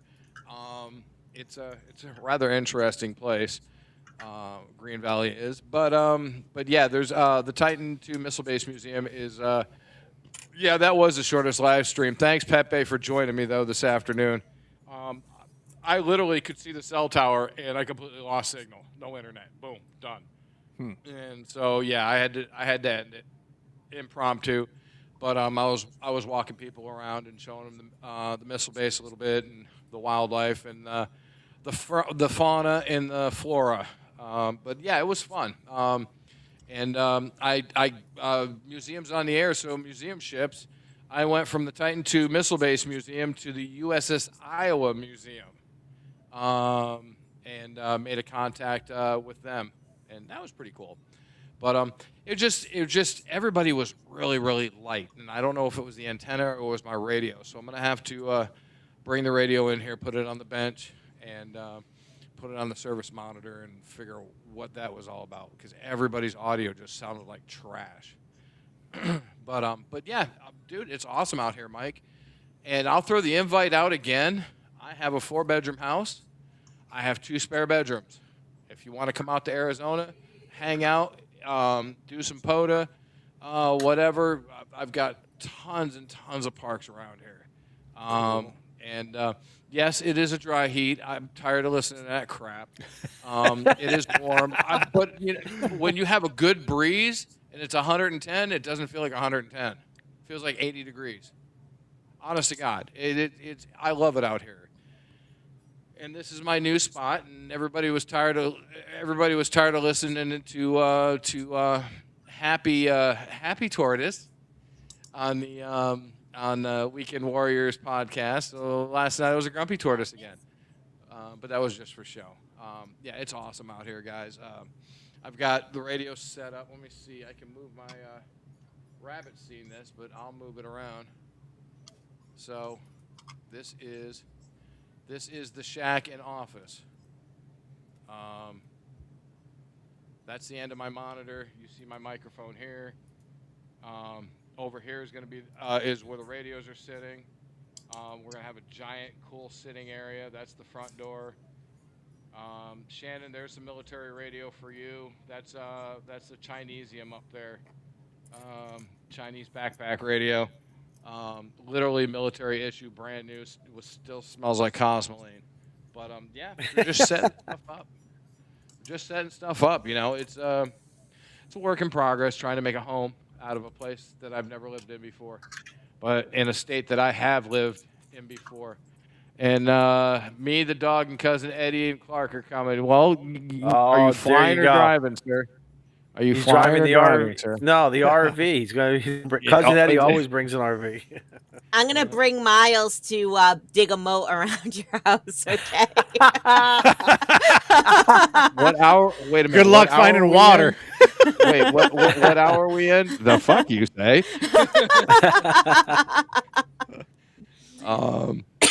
Yeah, it would probably be about 200 gallons of water just to dig anything around this house. Mhm. So. But we had some really good storms. The first 2 days of monsoon season, we had 2 really good storms, and since then it's been dry. Go ahead, Shannon. Oh no, I was gonna say about the museum, you know, as like cool as that disc cone antenna is, I have heard that like it's not the greatest. Oh, it's not. Oh yeah. no, it's not. It's not good for the higher bands, like 20 and up, but 40 and down. Yeah, it's a really good antenna. The only problem is you're kicked out of there at 5 o'clock. Oh yeah, because that's when Well, they I got to get close. with the Green Valley Amateur Radio Club and say, hey, look, what kind of event can we put on, like, to promote your club in the Missile Base Museum and see if we can get in there at night? That would be pretty freaking awesome. Yeah. Or you know, what about like in winter? It might be better in winter. Well, yeah, I mean, it wasn't that bad today. It really wasn't. It had a nice, good, stiff breeze. 108 degrees, felt like 80. It was nice. It was beautiful. Honestly, that's You how I always- felt when I went to like Wyoming and South Dakota and Montana. Even though it was very unseasonably hot when I went there, it didn't feel that hot because, you know, I know how much you hate this because it's a dry heat. Go warm up your oven and stick your head in I it. knew you were gonna roll your eyes at that. That's exactly why I said it. But it's absolutely beautiful out here. There's so many cool places to go. When Justin came down with me, the end of last month, I took him out to some volcanoes and some really cool places, and he was like, "Dude, this place is amazing. This place is absolutely amazing." And I said, "That's why I want to live here. This is my pit stop, guys. I'm done. I'm not moving anyplace. I'm not going anyplace. Unless Tracy said, hey, I'm tired of Arizona, this is where I'm at, dude." Weist. Anyways, but yeah, this is my final ticket. I'm not going anyplace from here. I love it here. You know, I've got to adjust myself for the time zones because Rabbit and I go on at 4 p.m. on a Wednesday here. And so when I start work, I already told my boss, I said, look, I got a live stream at 4 o'clock. And he looked at me like, what? I said, dude, we promote ham radio and we just have a good time and talk about everything. And he goes, okay. I was like, all right, cool, that'll work. So, and then, you know, I mean, this is after work time for me. It's 4:30 now, but yeah, I'd have to scramble to get to the near stream now. So yeah, it's been fun.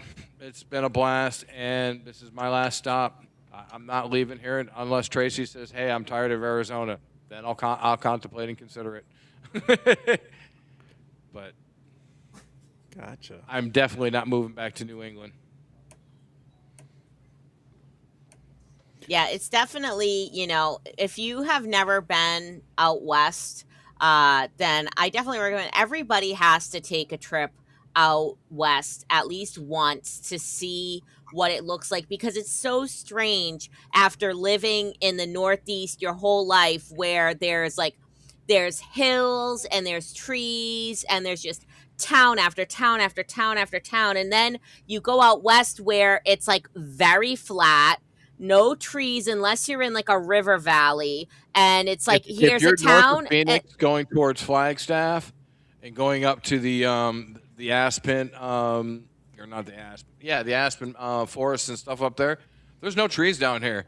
The closest thing you got is a creosote tree. I Yeah, have one in the it's like backyard. it's so strange and foreign to what we're used to, and there's like space in between towns. It's crazy, but it's beautiful, and I will say, like, when I didn't want to come home, I was like, I want to live in Wyoming. I could totally live out there for sure. Just to not have so many people and so much traffic around that you just feel like you're being squeezed all the time. Well, traffic here sucks, just Yeah? like any place else. Except Phoenix isn't bad. Phoenix has a bunch of loops that go around it. So, I mean, if you miss your exit, you could just go back around Phoenix and come back out the other side again. No, we don't have any Joshua trees here, brother. That's California. But yeah, we do. Depending on the elevation and the temperature, we have saguaro cactuses, cholla cactuses. We have the little barrel cactuses. We have scrub brush and all sorts of weird freaking things. At night, I can take you to a spot. We can take a black light and look at thousands of scorpions just walking around. You don't even see them, except at night. Wow. And wolf spiders, if you take a regular flashlight out in the desert and you shine it across the sand, you'll see little twinkles like diamonds. Those are the eyes of the spiders. It's really cool. Wolf spiders. Dude, the desert's amazing. The life out here is amazing. Everything out here is amazing, and I just can't stop talking about it. I mean, Now, what's interesting, and I'll get nerdy for a second, is coming off the heels of the VHF contest this past weekend, where I was struggling on 1.2 gigahertz, and a lot of it had to do with the location and the green that's out, because there's two things. You get into UHF and higher, and two of the things that attenuate signals are moisture in the air and then foliage. I always struggled. I cannot say the damn word. Is foliage. Yes, there it is. Foliage. All right. So the leaves and the humidity work against us, and that's a problem in the Northeast, because we got green and we got humidity. But you're out there and you're talking about that out here. You can talk for hundreds of thousands, or hundreds or thousands of miles out here. Yeah. And there's a part you can go to Mount Lemmon, which is at 10,000 feet, just south of me in Tucson. 10,000 feet, brother. You can sit there and point your antenna at any direction you want, and you can drive up to the top. Yeah. And there's a state park or national park up there. So, I mean, there's peaks out here that you can just walk up to, climb up to. And when I mean climb, there's paths to get up there. But Mount Lemmon is 10,000 feet in the southeast. You can go to Kit Peak, which is giant observatory. You can go up there. They have some amateur radio events up there. They talk peak to peak. It's like 100 miles. Yeah, exactly. I was going to say, you get up to, and I know this because I just read a book on it, but like you get up like about 10,000 feet or so, and you're looking at a footprint on 2 meters of 100 miles. Like, oh yeah, you get up above that thermal layer. That's yeah, you're good. Mike, come on down, man. Come play radio. Just put all your shit on a pallet, strap it down. Wait, no. Put all your shit on a pallet, ship it to me, drop it to the house here, or you can drop it to the office, and then I'll drag it to the house, and then you fly into Sky Harbor, which is Phoenix Airport. Southwest flies right in here out of TF Green or wherever you want to leave, and come visit, dude. Come play radio. You could use this as a base camp. Rent a car and go wherever the hell you want. You wanna Just play bring some that serious Utica beer radio. with you.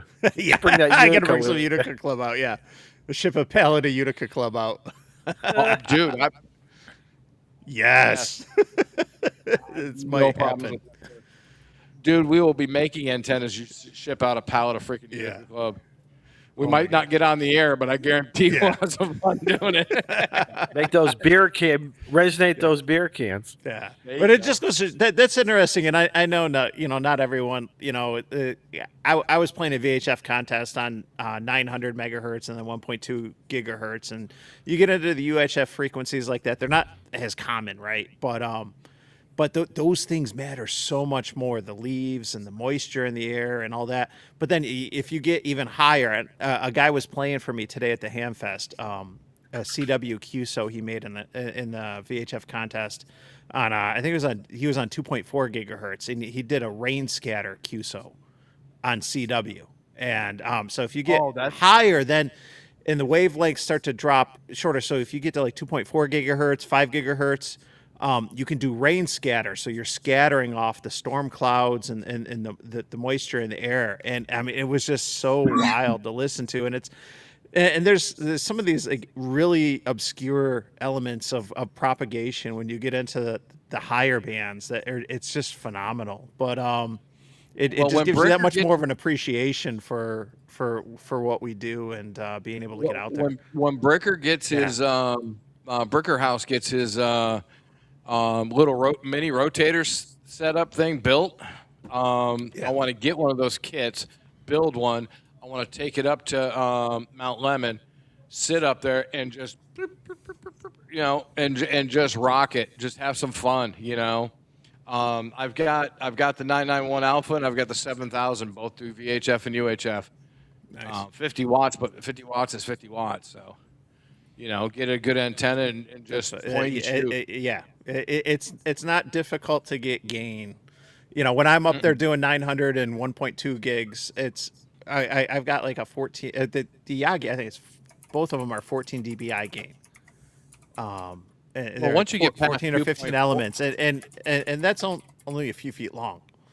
Well, when you get past 2400, you start getting to the loop Yagis, and those are a better performer than a straight. That's what I have a loop for 1.2. So Nice. Okay. yeah.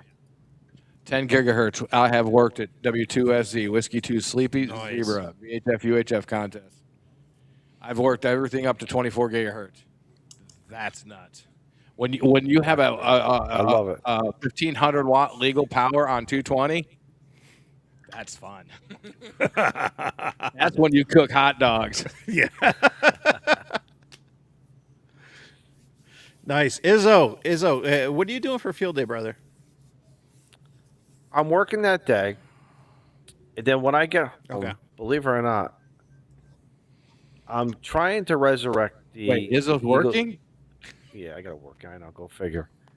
I'm in the process of resurrecting the Eagle One, my original Eagle One. You were saying that. Okay.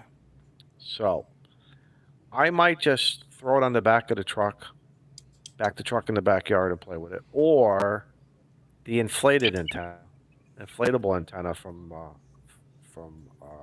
Reliance, Okay. and just set it up for a couple hours, and go I have a sit brand on the new back, inflated antenna. sit on the back porch, fire up the tiki candles, have a cigar, and just play. Whether I make 10 contacts or 100, who cares? That's pretty much Yeah.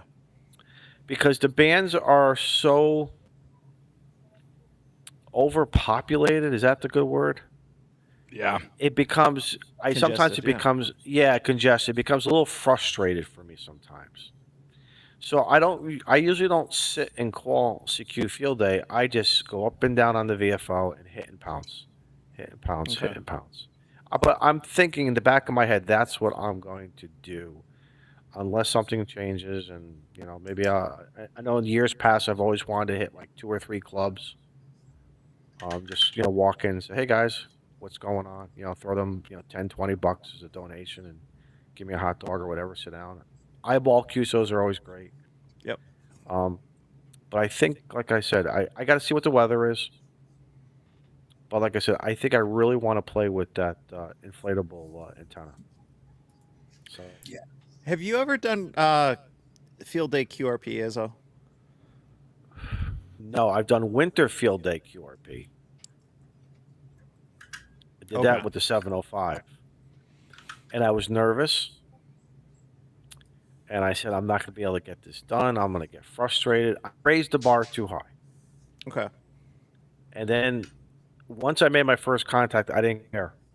I think I did about 40, maybe 50 contacts. But it was fun. It was just, maybe that's why I'm more of a winter field day guy. There's less congestion. Okay. There's a little bit of, I know some people like to incorporate a POTA and their field day site all in one. To me, I like to kind of keep it separated. But yeah, the 705. What antenna did I use? I think I used a Reliance antenna for that too, Nice. as a sloper in the backyard. Just had fun. Sat outside inside the tent. Yeah. Kept me nice and warm. Yeah, I'm debating on what to do because right now the weekend looks pretty clear.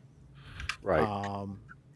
My older son I got to bring to work on Saturday, like afternoon evening shift. But other than that, no games or anything else. Like not, and in the past, the timing, I think, it, we, that makes field day a challenge is it's in June, towards the end, and so you deal with things like high school graduations, weddings, showers, all kind. It seems like there was always something going on. I've always had a conflict, so I've never done field day.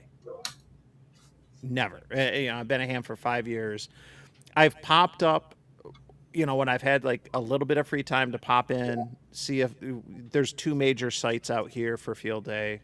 I popped into each of them to, kind of check them out, see, and stuff. But it was like, I'm out on my way somewhere doing something and I'm going to stop in for a half hour and that's it. Right. Not operate. So I've never done field day, and I'm actually thinking about, maybe I go and, help out for a little bit, but I'm also thinking about doing something just, which maybe sounds odd or counterintuitive to field day, which is just going out and operating in my backyard.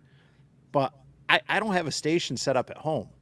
I've probably made, like a couple dozen contacts from my house and that's it. Like I operate portable. Like I'm going out to parks and summits. Like that's what I do. That's where I go play radio. I don't do a whole lot other than, some VHF, UHF nets from the house. So no, maybe I go out in the backyard with the 705. I got one of the new batteries for it, and let's just see how long this thing goes, at 5 watts and what I can do. How much of a challenge or frustration is it or not? And just kind of go at my own pace. So I don't know. So here's my. Do you guys do this too? Like, for instance, I know I should not really be looking at the propagation reports. Yeah. But when I see the sunspots sitting in the 30s and 40s, excuse me, and for using voice, there you go. So there's another component of it. Okay.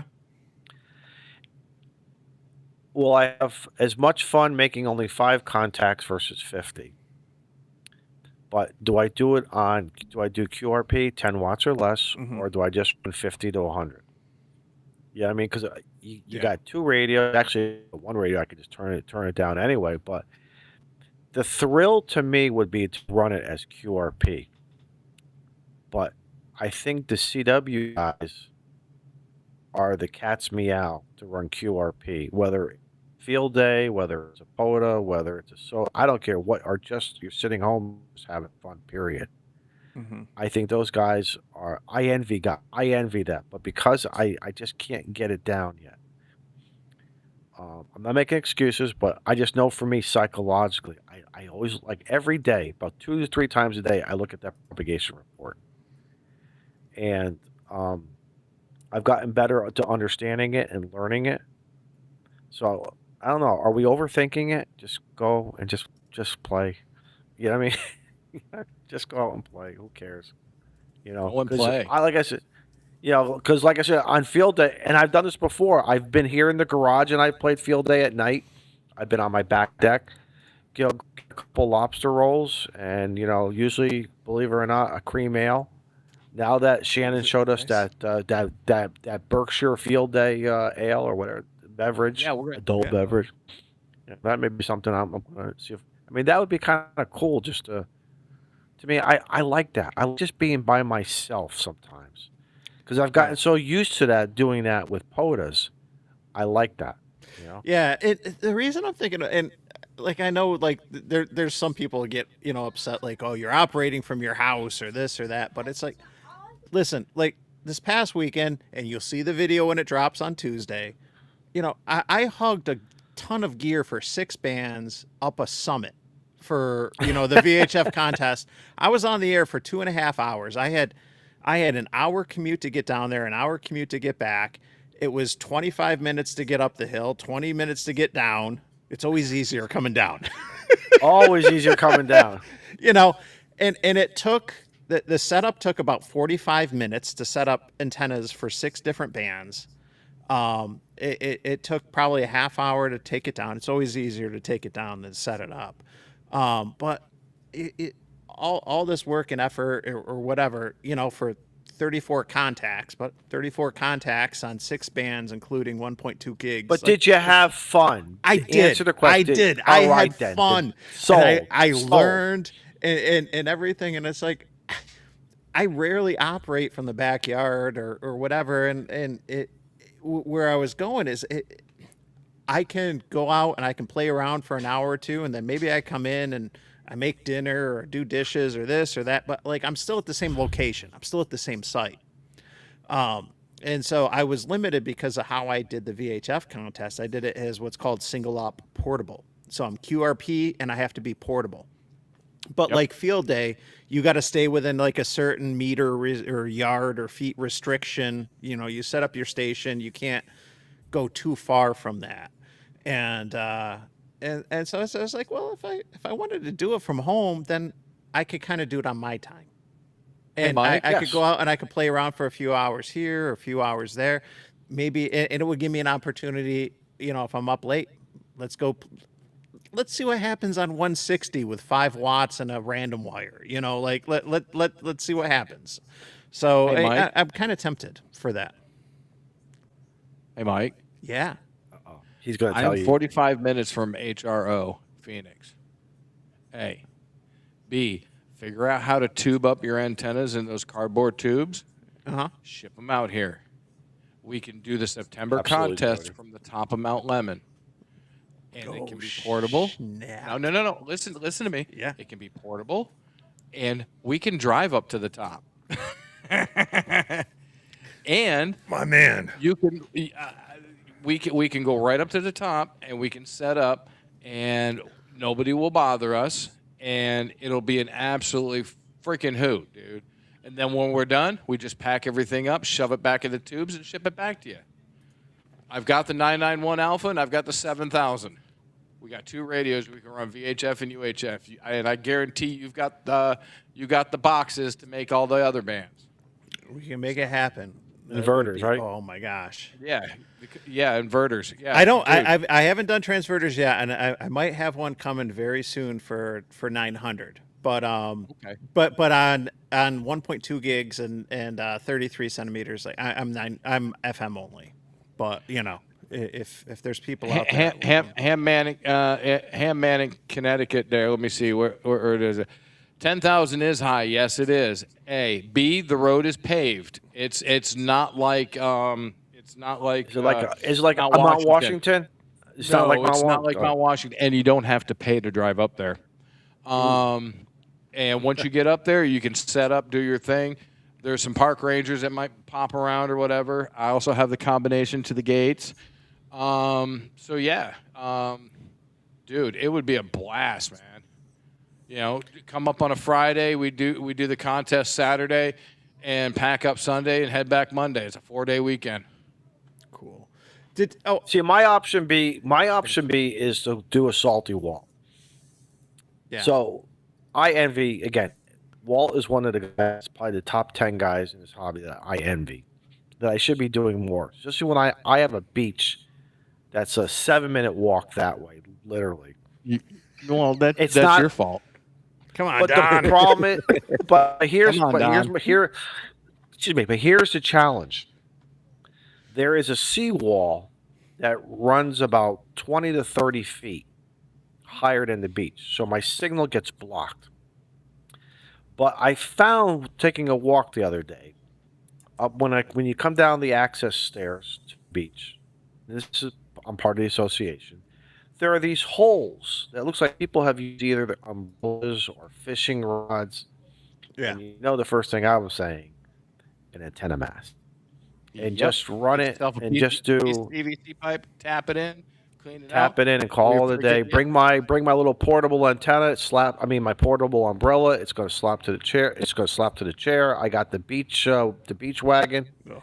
and just do so. So I might just do a salty wall just on field day too in the afternoon. Get home by 5. It's not dark until 9 o'clock. So what? Just go play for 2 hours maybe, and then come home and operate from home. I don't. I got to look at the rules because I don't want to. I don't want to screw up anything else for logs or just submit. What do you then- call those logs? I know what you're talking about. Listener logs are Yeah, you don't operate as a field day station. If you're going to the beach, I don't know if it's a POTA park, but just do it as a No. POTA, do it as a tiles on the air, and you talk about that beach wagon, that POTA wagon. This is how I roll. You got to have that wagon, man. Yep. You can take anything you want with you when you have a all this wagon. black. Let me tell you something. I bought that wagon. It's a beautiful full wagon. It just sits up here on the rafters on the hooks, and I love it. I use it for everything, but it's fun. I load it up with some ham gear. I've learned though, don't overload it because coming home is a pain in the neck. The full wagon. It's go harder in there, to drag it home than it is to drag it out. That's on my. I gotta get myself a golf cart or something. Or electric bike or something. Oh Hey, yeah. there's lots of golf carts out here. We've for sale. Which I was upgraded thinking the of. POTA wagon to a POTA golf cart. Exactly. Oh, trust me. The imagination when I'm at work and there's nothing going on and I'm looking at things and how much is it going to cost and this and that and get something used to start and this and that, and if I have to replace a golf cart battery, who cares? Put a mobile radio in there with a big whip and let's do it, Here Izzo. we go. But that's my thing. I want to do something every year. I try to do something a little bit different by myself. And I mean, at night, I love it here at night because the neighborhood gets nice and quiet. I come out to the garage. I just run a fan to circulate the air. I run some red lights just to kind of keep everything mellow, and that's fun. That to me is like after 9 o'clock. Izzo has the red- after- red light district. After midnight, Izzo's in the red light district. I'm in the red light district. Oh, it's funny. I'm sorry. She's getting to some of that DXXX. Damn it. Use a DTOS antenna and look. Wait a minute. What's Eric talking about? Subarus. Yeah, we're both double clicking it. Yeah, right. That was the POTA SUV. So who said the POTA SUV earlier? That was like Shannon on the Bruin Activate yesterday or whatever. But I've got the POTA SUV. Are you kidding me? yeah, you do have a great POTA SUV. I'm not gonna lie. Yeah, let's just all move out to Arizona with Tortoise, and we're gonna make our little ham conclave.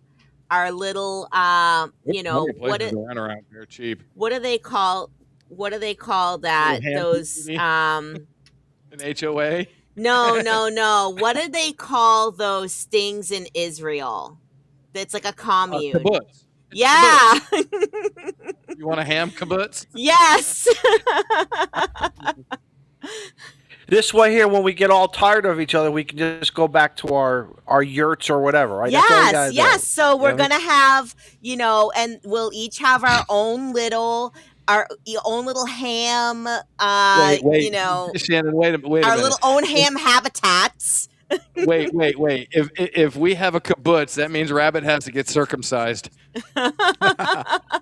Wow, Yeah, and that I was thinking about Rabbit too. He should run it. Rabbit, was if you got a possibly hose tower, TMI. man. Rabbit, if you got a hose, why don't you operate from the firehouse and just run something off the hose tower down? You got anything like that? Awesome. I don't You're want to muted, know. dude. I don't You're want to. Muted, man. I don't want to know about Tortoise's ham. No, we don't have a hose tower. Hose tower. No, But we I have don't have a hose tower, sir. Or We have a ma'am. siren tower, but there's already antennas up there. There's a lot of RF up there. There is. Oh. Yeah, Yeah, I've a lot of VHF thought and about it. UHF. yeah. I've thought about it. You know what? Just all you have to do is just tie a rope with a pulley at the top, and when you want to run up your half wave, you just run it up like a flag. As long as you're a quarter wavelength from the longest frequency, you're all right, man. And VHF is going to be 19 inches. You should be fine, sir. You know what I've been doing with all my Reliance antennas? I built out some counterpoise with some banana plugs and some other things. Just Okay. I don't know why. I want to run counterpoise on on all my antennas now. I think I should. I done it. I don't know if it's helping. It's hard to tell with band conditions, but I'm still making I'm still making contacts, so it hasn't defeated what I have. But to me, 17 feet of wire, just put on a lug connector, threw it on the Reliance, and hear it here at the house, and it's hot, it's hidden, it's. That's what probably I've can't been hurt. thinking about. Actually, it's funny you mentioned that about doing that more because a lot of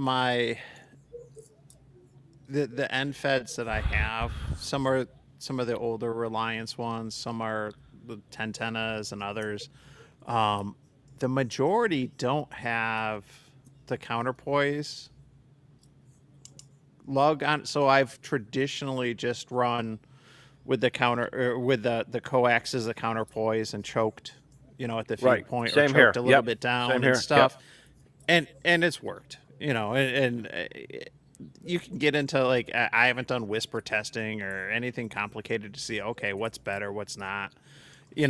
but and it's definitely a polarizing issue, like the whole counterpoise or using He said the wire or polarizing. coax on an end fed, but Or is But it more reverse? guys, Mike, are talking But, about yeah.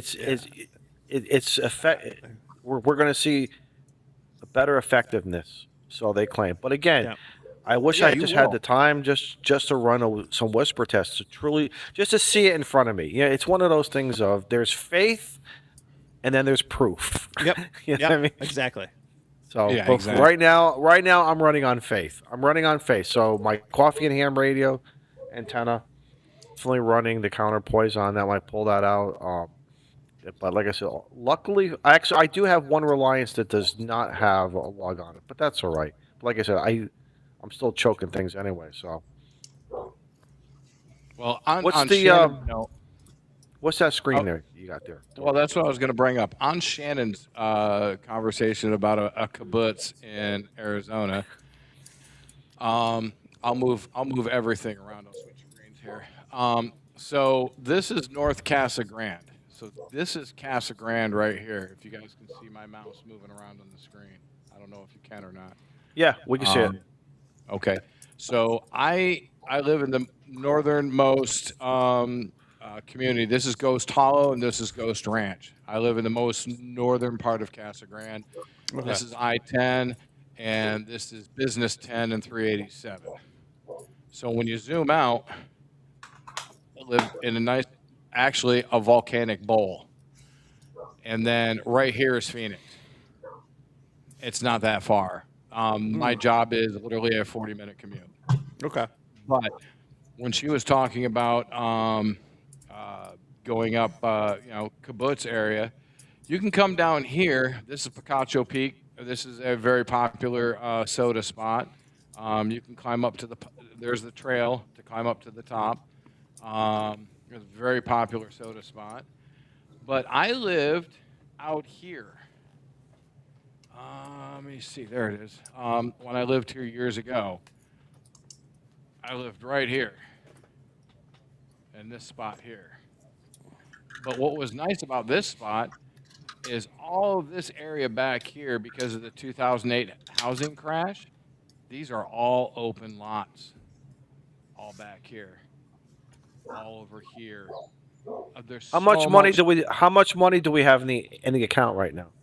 Or do I need to ask Beer Snack for some clubhouse funds? Beer Snack might be able to kick some in.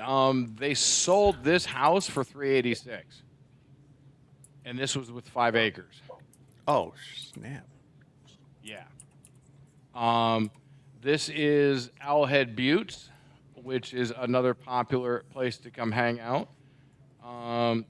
There's actually a bird ranch here. But look at how open this is. Where's the nearest Walmart? Hour Hour my away? house? From Yeah, my well, or house? whatever.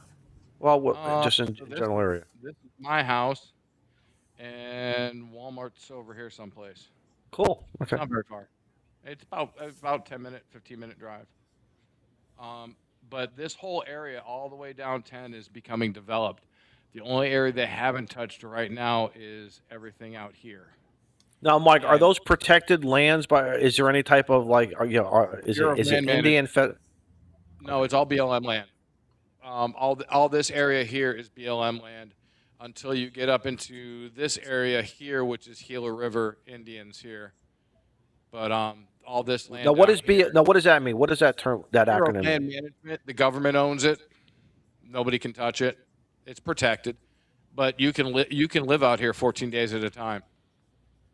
You can take a camper, park, stay 14 days, and then move 5 miles, and then stay another 14 days.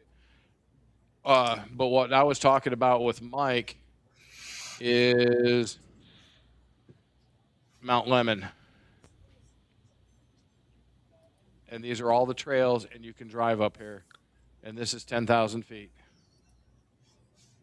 This whole area here. Now, this community, there was a fire here about 15 years ago that burnt a lot of houses. You can see how dark the forest is here. But there's everything from black bear to mountain lions up here all year round. But there's plenty of places to park, set up, and work radio up here. And that's just north of Tucson. There's Tucson right here. And if you're interested in mines, copper and silver and gold, there's some nice mines down here. And then the Missile Base Museum. Oh, where's the Missile Base Museum?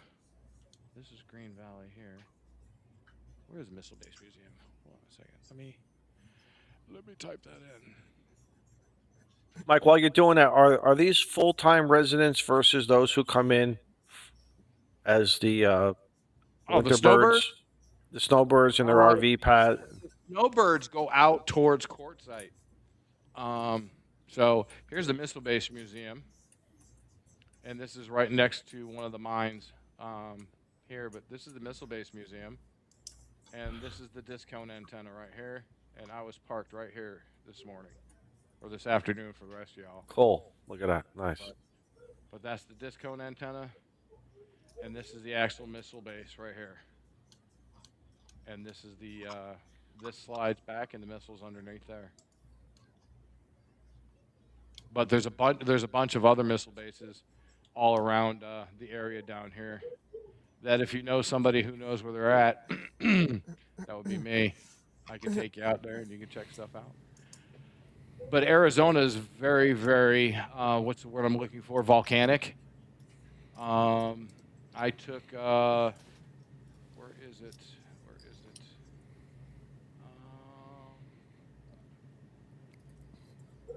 Geez, I was just out here. Well, he's looking that up, guys. I gotta jump. My dog's been losing their mind for the past hour. I gotta figure out what's going on. Yeah, I hear him in the background. Yeah, I don't know. And this is Kit Peak, the observatory. All right. Thanks for joining us, Rabbit. Yeah, man. 73 guys. All right. 73 Bye, Rabbit. Rabbit. 7-3. Good night, Rabbit. Good night, Rabbit.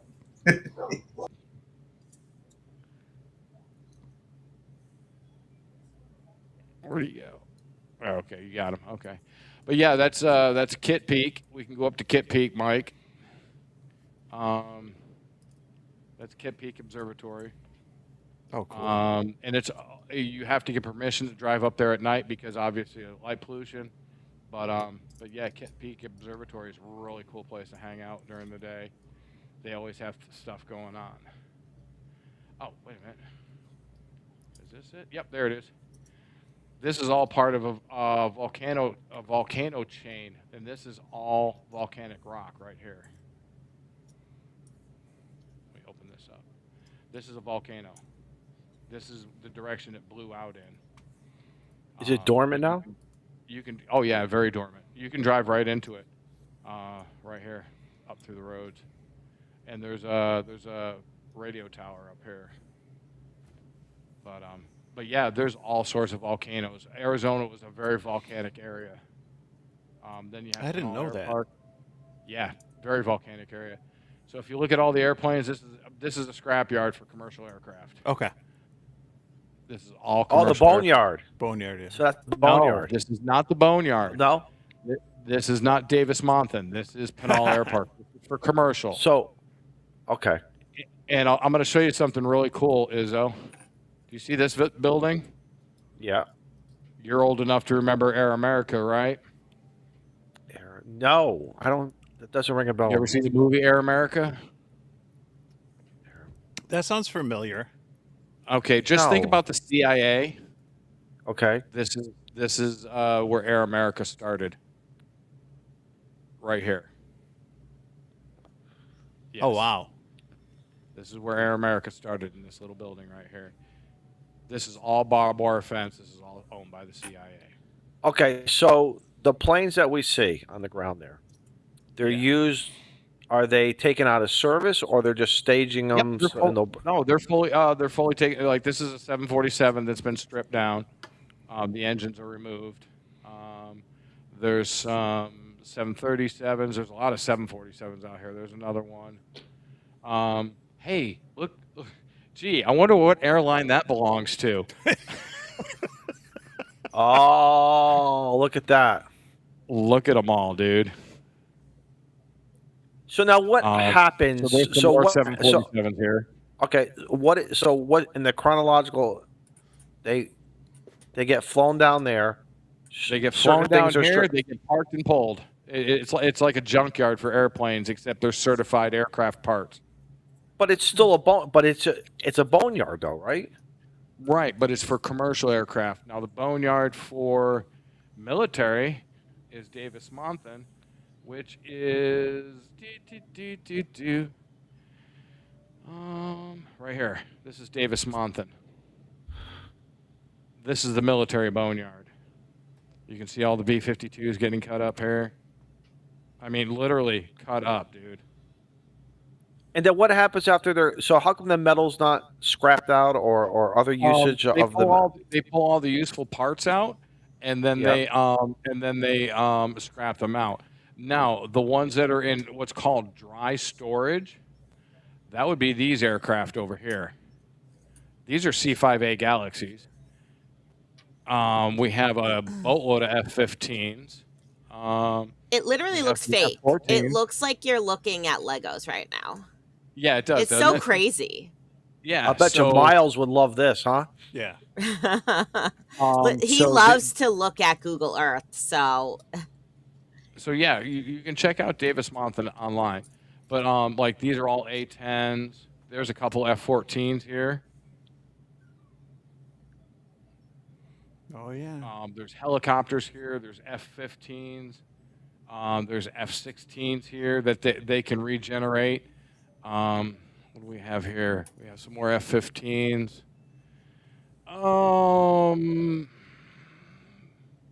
Somebody in the chat throw what that is. It looks familiar, and I can't. God, they look like old thuds.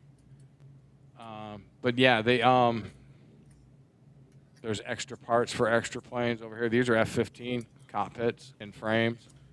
And planes broke down. I mean, this is a C-5A Galaxy. If you zoom in really close, I That's as bet far- you'll. I bet you'll see some Motorola radios. But yeah, this is the infamous boneyard Yeah. in Tucson.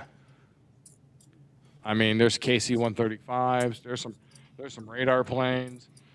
Yep. That's I cool. mean, yeah, this place That is is so cool.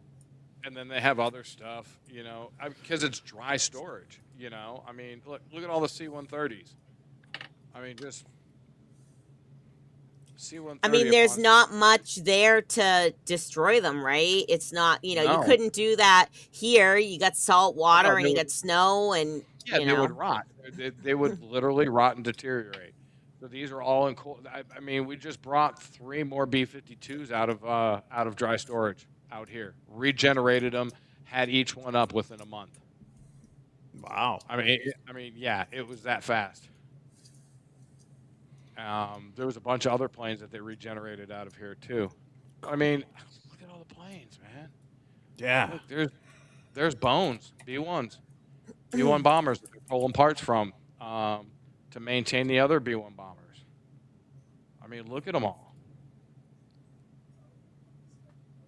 Oh wow, look at that. There's some Blue Angels, F-18s. Mike Smith said F5. I'm not sure Yeah. if that was the other. I think that was aircraft the other or- plane that he was Okay. asking what it was Yeah. was the F5. Was that an F-5? That was down here. Yeah. Or was that at? Yeah, All that was on the left. There you go. F5? Yeah, yeah, it may be. Yeah. They don't have the tips on the wings. That's what was throwing me off. They don't all have the tips. So yeah, F5, yeah. So, but yeah, I mean that's Cool. Davis Mountain. That's the big infamous boneyard out in the middle of nowhere. Well, in the middle of Tucson, anyways. Oh, by the way, Davis Mountain also, all these revetments, those all have A-10s in them. This is the A-10 training base. So A-10s fly in and out of here every day. And they also have some drone runways and some other parking revetments over here. But yeah, that's Tucson in a nutshell. Davis Mountain Air Force Base. Hamnetics asks where are the saucers? The Hoosers? 51. Jody wants to know where Oh, the Area saucers are. Oh, Area 51. You guys want to see? Really? Hold on. Well, the last time I looked, Google Earth is blocked. Obviously, that area is blocked out. No, it's not. It's right I there. thought it was. So this is the dry lake bed. This is the really long runway, and that's as close as you're going to get. That's probably 3 to 4 meter resolution, but this is Area 51, dude. You're not the satellite's not going to tie in any closer.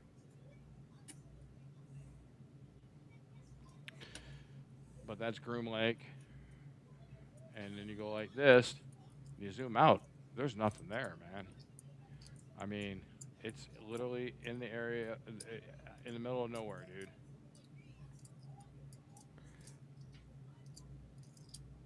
So speaking of Jody, I got to show this real quick. I gotta. Security's going to be knocking on towards. So Jody dropped this into Discord.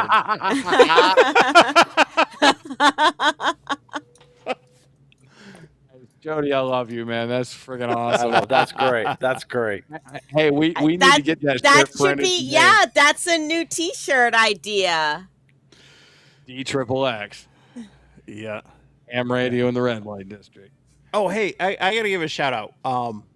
Go ahead. I don't know if anyone, I'm going to embiggen me, has noticed the new Embiggen me? hat. Yes, that is a hat. And It's the cool. Leave No Band Behind on it and everything. So I just got it in the mail today. Is that a and- ham hat's hat? A what? A ham hat's hat. Ham hats. Ham hats guy. The guy, the ham that does the ham hats. So it's from Pat, who does on Etsy Gear Forever Designs. Oh, okay. Let me let's see here. I can probably share. Let's see here. Stop that. And let's see, how do I share a page? Boom. There's that. Is it sharing now? Or I gotta add it to it. Add. Do you guys see it or not? There you go. There it is. Oh, Yeah, way to you go. got it. What are you doing? I'm not touching it. My hand's right here. Who's I brand don't know, new here? Something weird is going on. Yeah, it's acting All right, stupid. there it is. Oh, there we go. Gear Forever Designs. Yeah, it's doing something weird on my end. It's up. Leave your fingers off. It's good. Look at the tank. I like the tank now. Yeah, I do. Oh, that is cool. I didn't see that. I'd like to get the tank with my call sign. Then I could be Tank Radio. Tank.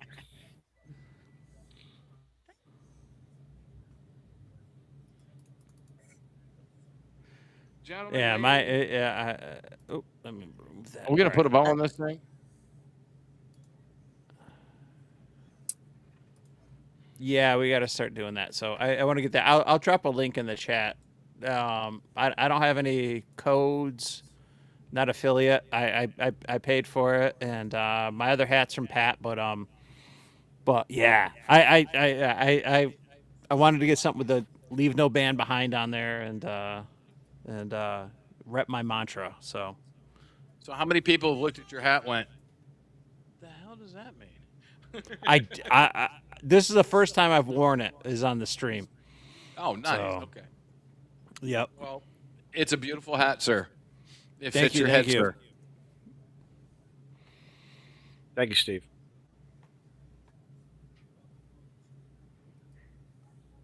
Okay. Chris says I need to get antennas up at my house. Yes, I do. I'm still shh, don't tell my landlord, but I'm still trying to figure out how to get some cables outside. I think I have it figured out, but we're gonna go from there. So you're only renting? Yeah, I'm renting right now. You think I got money to buy a house? I don't know. Tortoise has money, but he doesn't have tortoise money. I mean, that's all I'm what kind of windows do you have? Do you have like regular? Big horizontal slide windows. No, I already got a plan. I already have a plan. So in one of the back bedrooms, they have one of those cable TV pass-throughs through the wall. I'm gonna put 2 of them right here. There you go. Repurpose it. No, I'm not gonna repurpose it. I'm gonna put 2 brand new ones in. New drill. Exactly. There you go. But I'm in an HOA, and I didn't see any antenna restrictions on the HOA. And I asked my landlord, I said, who pays the HOA stuff? He goes, I do. I said, cool. But so just tell him it's for your SDR receiver. That's all you get. Because technically I got a a tree in the radio is backyard. receiving. Okay. I got a tree in the backyard, and I'm going to go from this corner of the house over here, right over the top of the house, with my end-fed half wave.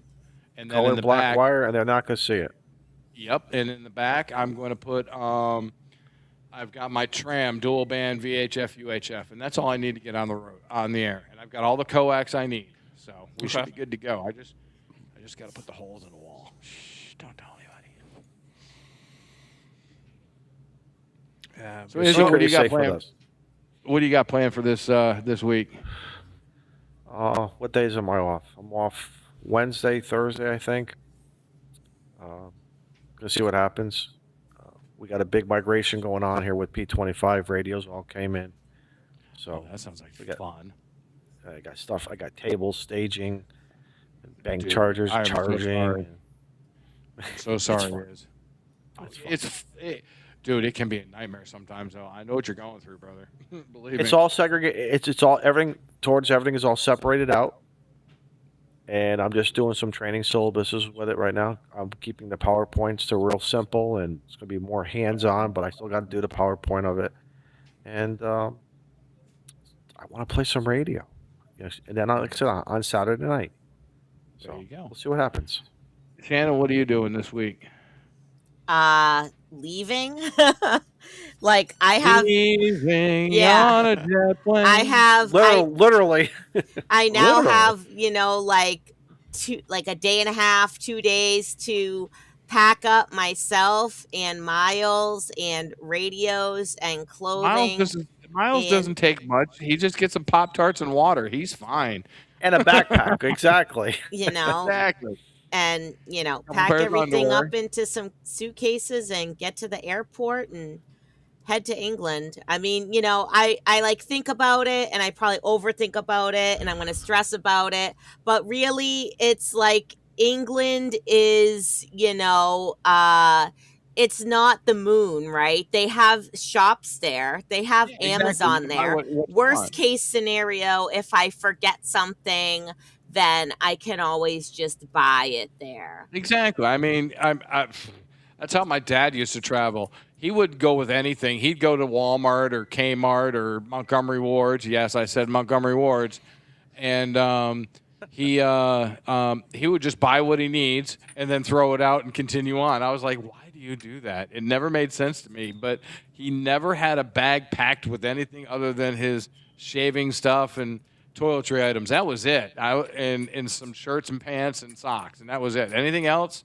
T-shirts, underwear, whatever. He'd buy it and throw it out. I was like, what the Yeah, hell? it's like the most important thing is just bringing my radio. And really, I don't even have to bring my radio because I'm going to be staying with a radio ham anyway. So there's going to be radios, but I want to bring my G90 because I'm familiar with that radio. So, He's I'll gonna have feel more limited.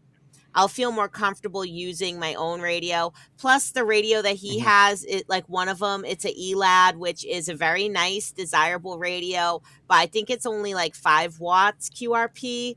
And he said he had like 100 watt amp, but I don't know. I'm happy to use the G90 at 20 watts. I always had good luck with it. Now, of course, the solar cycle was a little different back then, around like 2020, Oh but yeah. I'm going to bring the G90 and then we'll have the other radios too. So we'll have plenty of radios to play with. I'm going to have handy talkies. Obviously, like I said, I'm going to bring a handy talkie to Tank Fest. Hopefully they let me bring it in and use it and transmit because I want to call CQ on whatever their calling frequency is. It won't be 14652. It'll be like, I'm going to make It's my 140. own. It's 145.5. I'm gonna Right, make my yeah. own challenge. the And one 145 the, alive. They already yeah, have it. yeah. I'm gonna make the 145 alive Excellent. challenge. No. Hey, and they do have radio shops I there, have too. one request. I have one What's that? special request while you're over there, What is that? and it's 4 meters. Yeah, Please make a leave contact on 4 meters. no Please band make a behind. contact on 4 meters for me. Okay. Leave no band behind. It's on the head. Yes, leave no band behind. And I was talking about that honestly when I was doing, Yeah. studying for the test and looking at the band plan. I'm like, first of all, their allocation on 6 meters is much smaller than ours. Oh, is it? And then Okay. their allocation on 4 meters is like also very small. Yeah, it's not a so, lot. I thought that was sort of interesting. And supposedly, like, they're in the very long process of like us potentially being able to use 4 meters. I've heard. I don't know if that will ever come to fruition. There's a couple but- testing stations here in the States, if that's what you mean. Yeah, they've been testing it, and there's a couple experimental licenses out there. But that'd be neat to see. I'd love to see it. And Yeah. What there's are you even doing talk this week, about Mike? GMRS taking over a couple of the unused low band frequencies, which I think would be great for that. Especially like I talked about earlier with I won't say the F word. I'll say leaves on the trees, right? Like Foliage. Foliage. that's low band, 6 meters, low band. You're gonna have much more success getting through forests and stuff like that versus UHF, where GMRS is. And so, whether you're looking at it from just like a family communication standpoint, a prepper standpoint, or anything like that, like UHF is not going to be as effective in a forest or a wooded area as other bands. It's just not going to be like that. There's going to be attenuation from the leaves and the foliage. I have to think before I say the damn word. I've got a joke I for struggle, but tree. anyway, like that'd be cool. And I know there's a movement to try to get some of those unused low band stuff in there. I think it'd be something neat. But Yeah. So yeah. I Hey, Mike, I definitely got a joke for you. want to make a contact on 4 meters since we don't Please, have that that'd be ability awesome. here. I have a joke for Mike. Go ahead. The trees in the forest leaves Mike upset. Yeah. Oh. And Mike, what are you doing I this week? struggle to say, like, and as much as I have to say it for like the nerdy things I talk about with the attenuation and everything, but that freaking F word, like I have to think before I say foliage to say it right. It's just well, you could be saying Gloucester like Izzo. What were you saying there? Gloucester. Yeah, it's Gloucester. It's Gloucester, like Gloucester. claw, Gloucester. like a lobster Gloucester. claw in Gloucester. That's how I'm gonna remember it. Then that's how I'm gonna remember it. But yeah, Captain Wrongway said go see Callum. I think Callum is having an open house yeah. while we are there, so I am hoping my that God. I will get to meet the DX Commander Callum. That would be Oh like my a God, dream. that would be awesome. That would be awesome. Definitely have to get a selfie nice. for sure. All right, Mike, what are you doing this week? Well, I'm still trying to figure out what I'm going to do for field day. Okay. As I kind of talked about earlier, I might just operate in the backyard, like, and just have fun. I might just try to do one of the things that's on the to-do list this year is doing more satellite stuff, and I know it's probably like a crazy idea to try to do satellites on field day because of the bonus and like the points. Dude, I mean, and stuff, but I might just that might be one of the things. It's there's a couple things in the back of my mind, like just setting up the 705 running QRP for a while or trying satellites. Maybe I do both. I don't know. But those are a couple of the things that are on on the table. And then I'll have videos coming out Tuesday and Thursday. So I'm going to try to do some lives this week from work on the way back, whatever. And I'm definitely going to hit a couple of the parks this week. I'm just going to keep my radio and stuff in the truck. So it's already in there. Ladies and gentlemen, or lady and gentlemen, yeah, thanks. This has been fun. Even Absolutely though most fun. of the show has been the KC1OHT show. It has not. You were giving us a tour of the airplane boneyards. Hey, can you not take some sarcasm? God bless. We're gonna miss you. We're gonna miss you going to England, and we wish you well. And don't come back with any weird things. And have fun out there. Don't come back with any weird things. I don't know what that means, but I don't know, but if I could figure it out, I would tell you. It just popped into my brain. Don't come bring any weird stuff. And they contrary to popular belief, they do have the internet in England, so I am going to attempt to get on. I'm not going to be able to do Brew and Activate next Friday because I'm going to be doing Tank Fest. But hopefully, the Friday after that, I'll be able to. I'm going to say, here's what I want to say to you, Shannon. Please be care of what you say or do on the interwebs there. It is not like here. They are very censored, and they will come knocking on your door if you make a stupid comment. So just beware of what you say in jolly old England. Do I ever make stupid comments? No, but I'm just forewarning you. I will be very careful to not get thrown into the Tower of London. That'd be interesting. But yeah, so what was I going to say? Oh yeah, so I'm going to still try to make some of the live streams, basically, is what I was trying to say. It's going to be like a weird time zone change, right? I'm going to be 5 hours ahead. But that actually might sort of work a little bit to the advantage because like it'll be 10 a.m. here when Brew and Activate is starting, and it'll be like 11, 12, it'll be like 3 o'clock in the afternoon there. So you get to sleep in. That'll work. Yeah, you know. You can sleep in.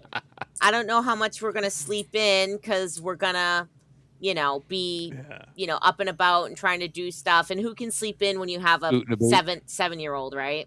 Canada. Yeah. Oh yeah, he's gonna be up at like 4:30 every night, guaranteed. Come on, Mom, let's go.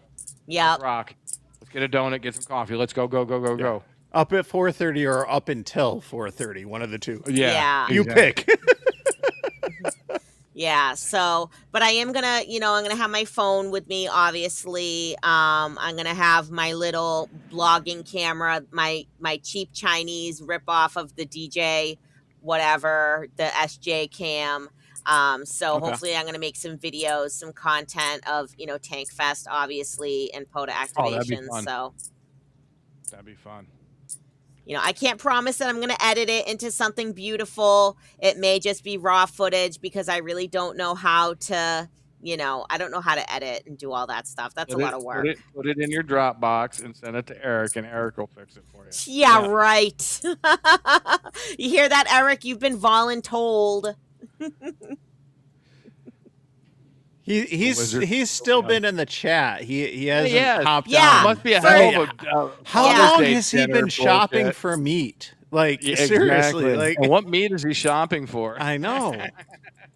Yeah, for someone who is spending quality time shopping with the wife for Father's Day, he's spending a lot of quality time in chat. Yep. So, yeah. All right, Mike, you want to put a bow on this thing? Yeah, no, that's good. And I don't know. Oh, you know what?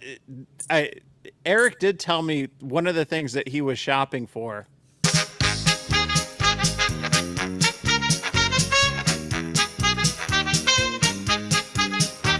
From the back roads of New Hampshire, rain or shine, he's calling CQ with that mobile line. Eric's got his 891 and 8 tight. He's chasing them parks from morning to night. We're calling CQ, come join the ride. From salty shores to mountain highs, a motley crew with wire and drive, tossing antennas in trees to feel alive.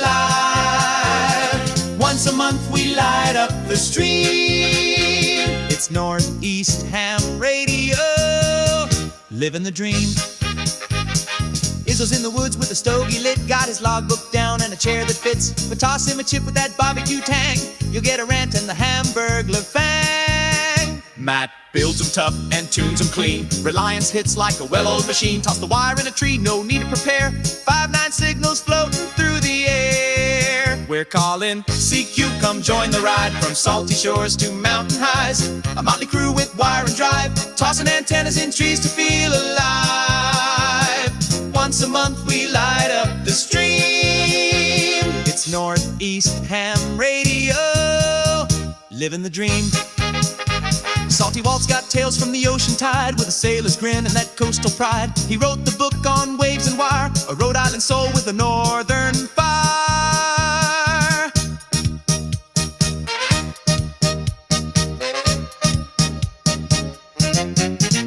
If it's broke, Rob's the guy to call. He'll tear it down and rebuild it all. With a scope, a smile, and zero fear, he's the reason half our rigs still cheer.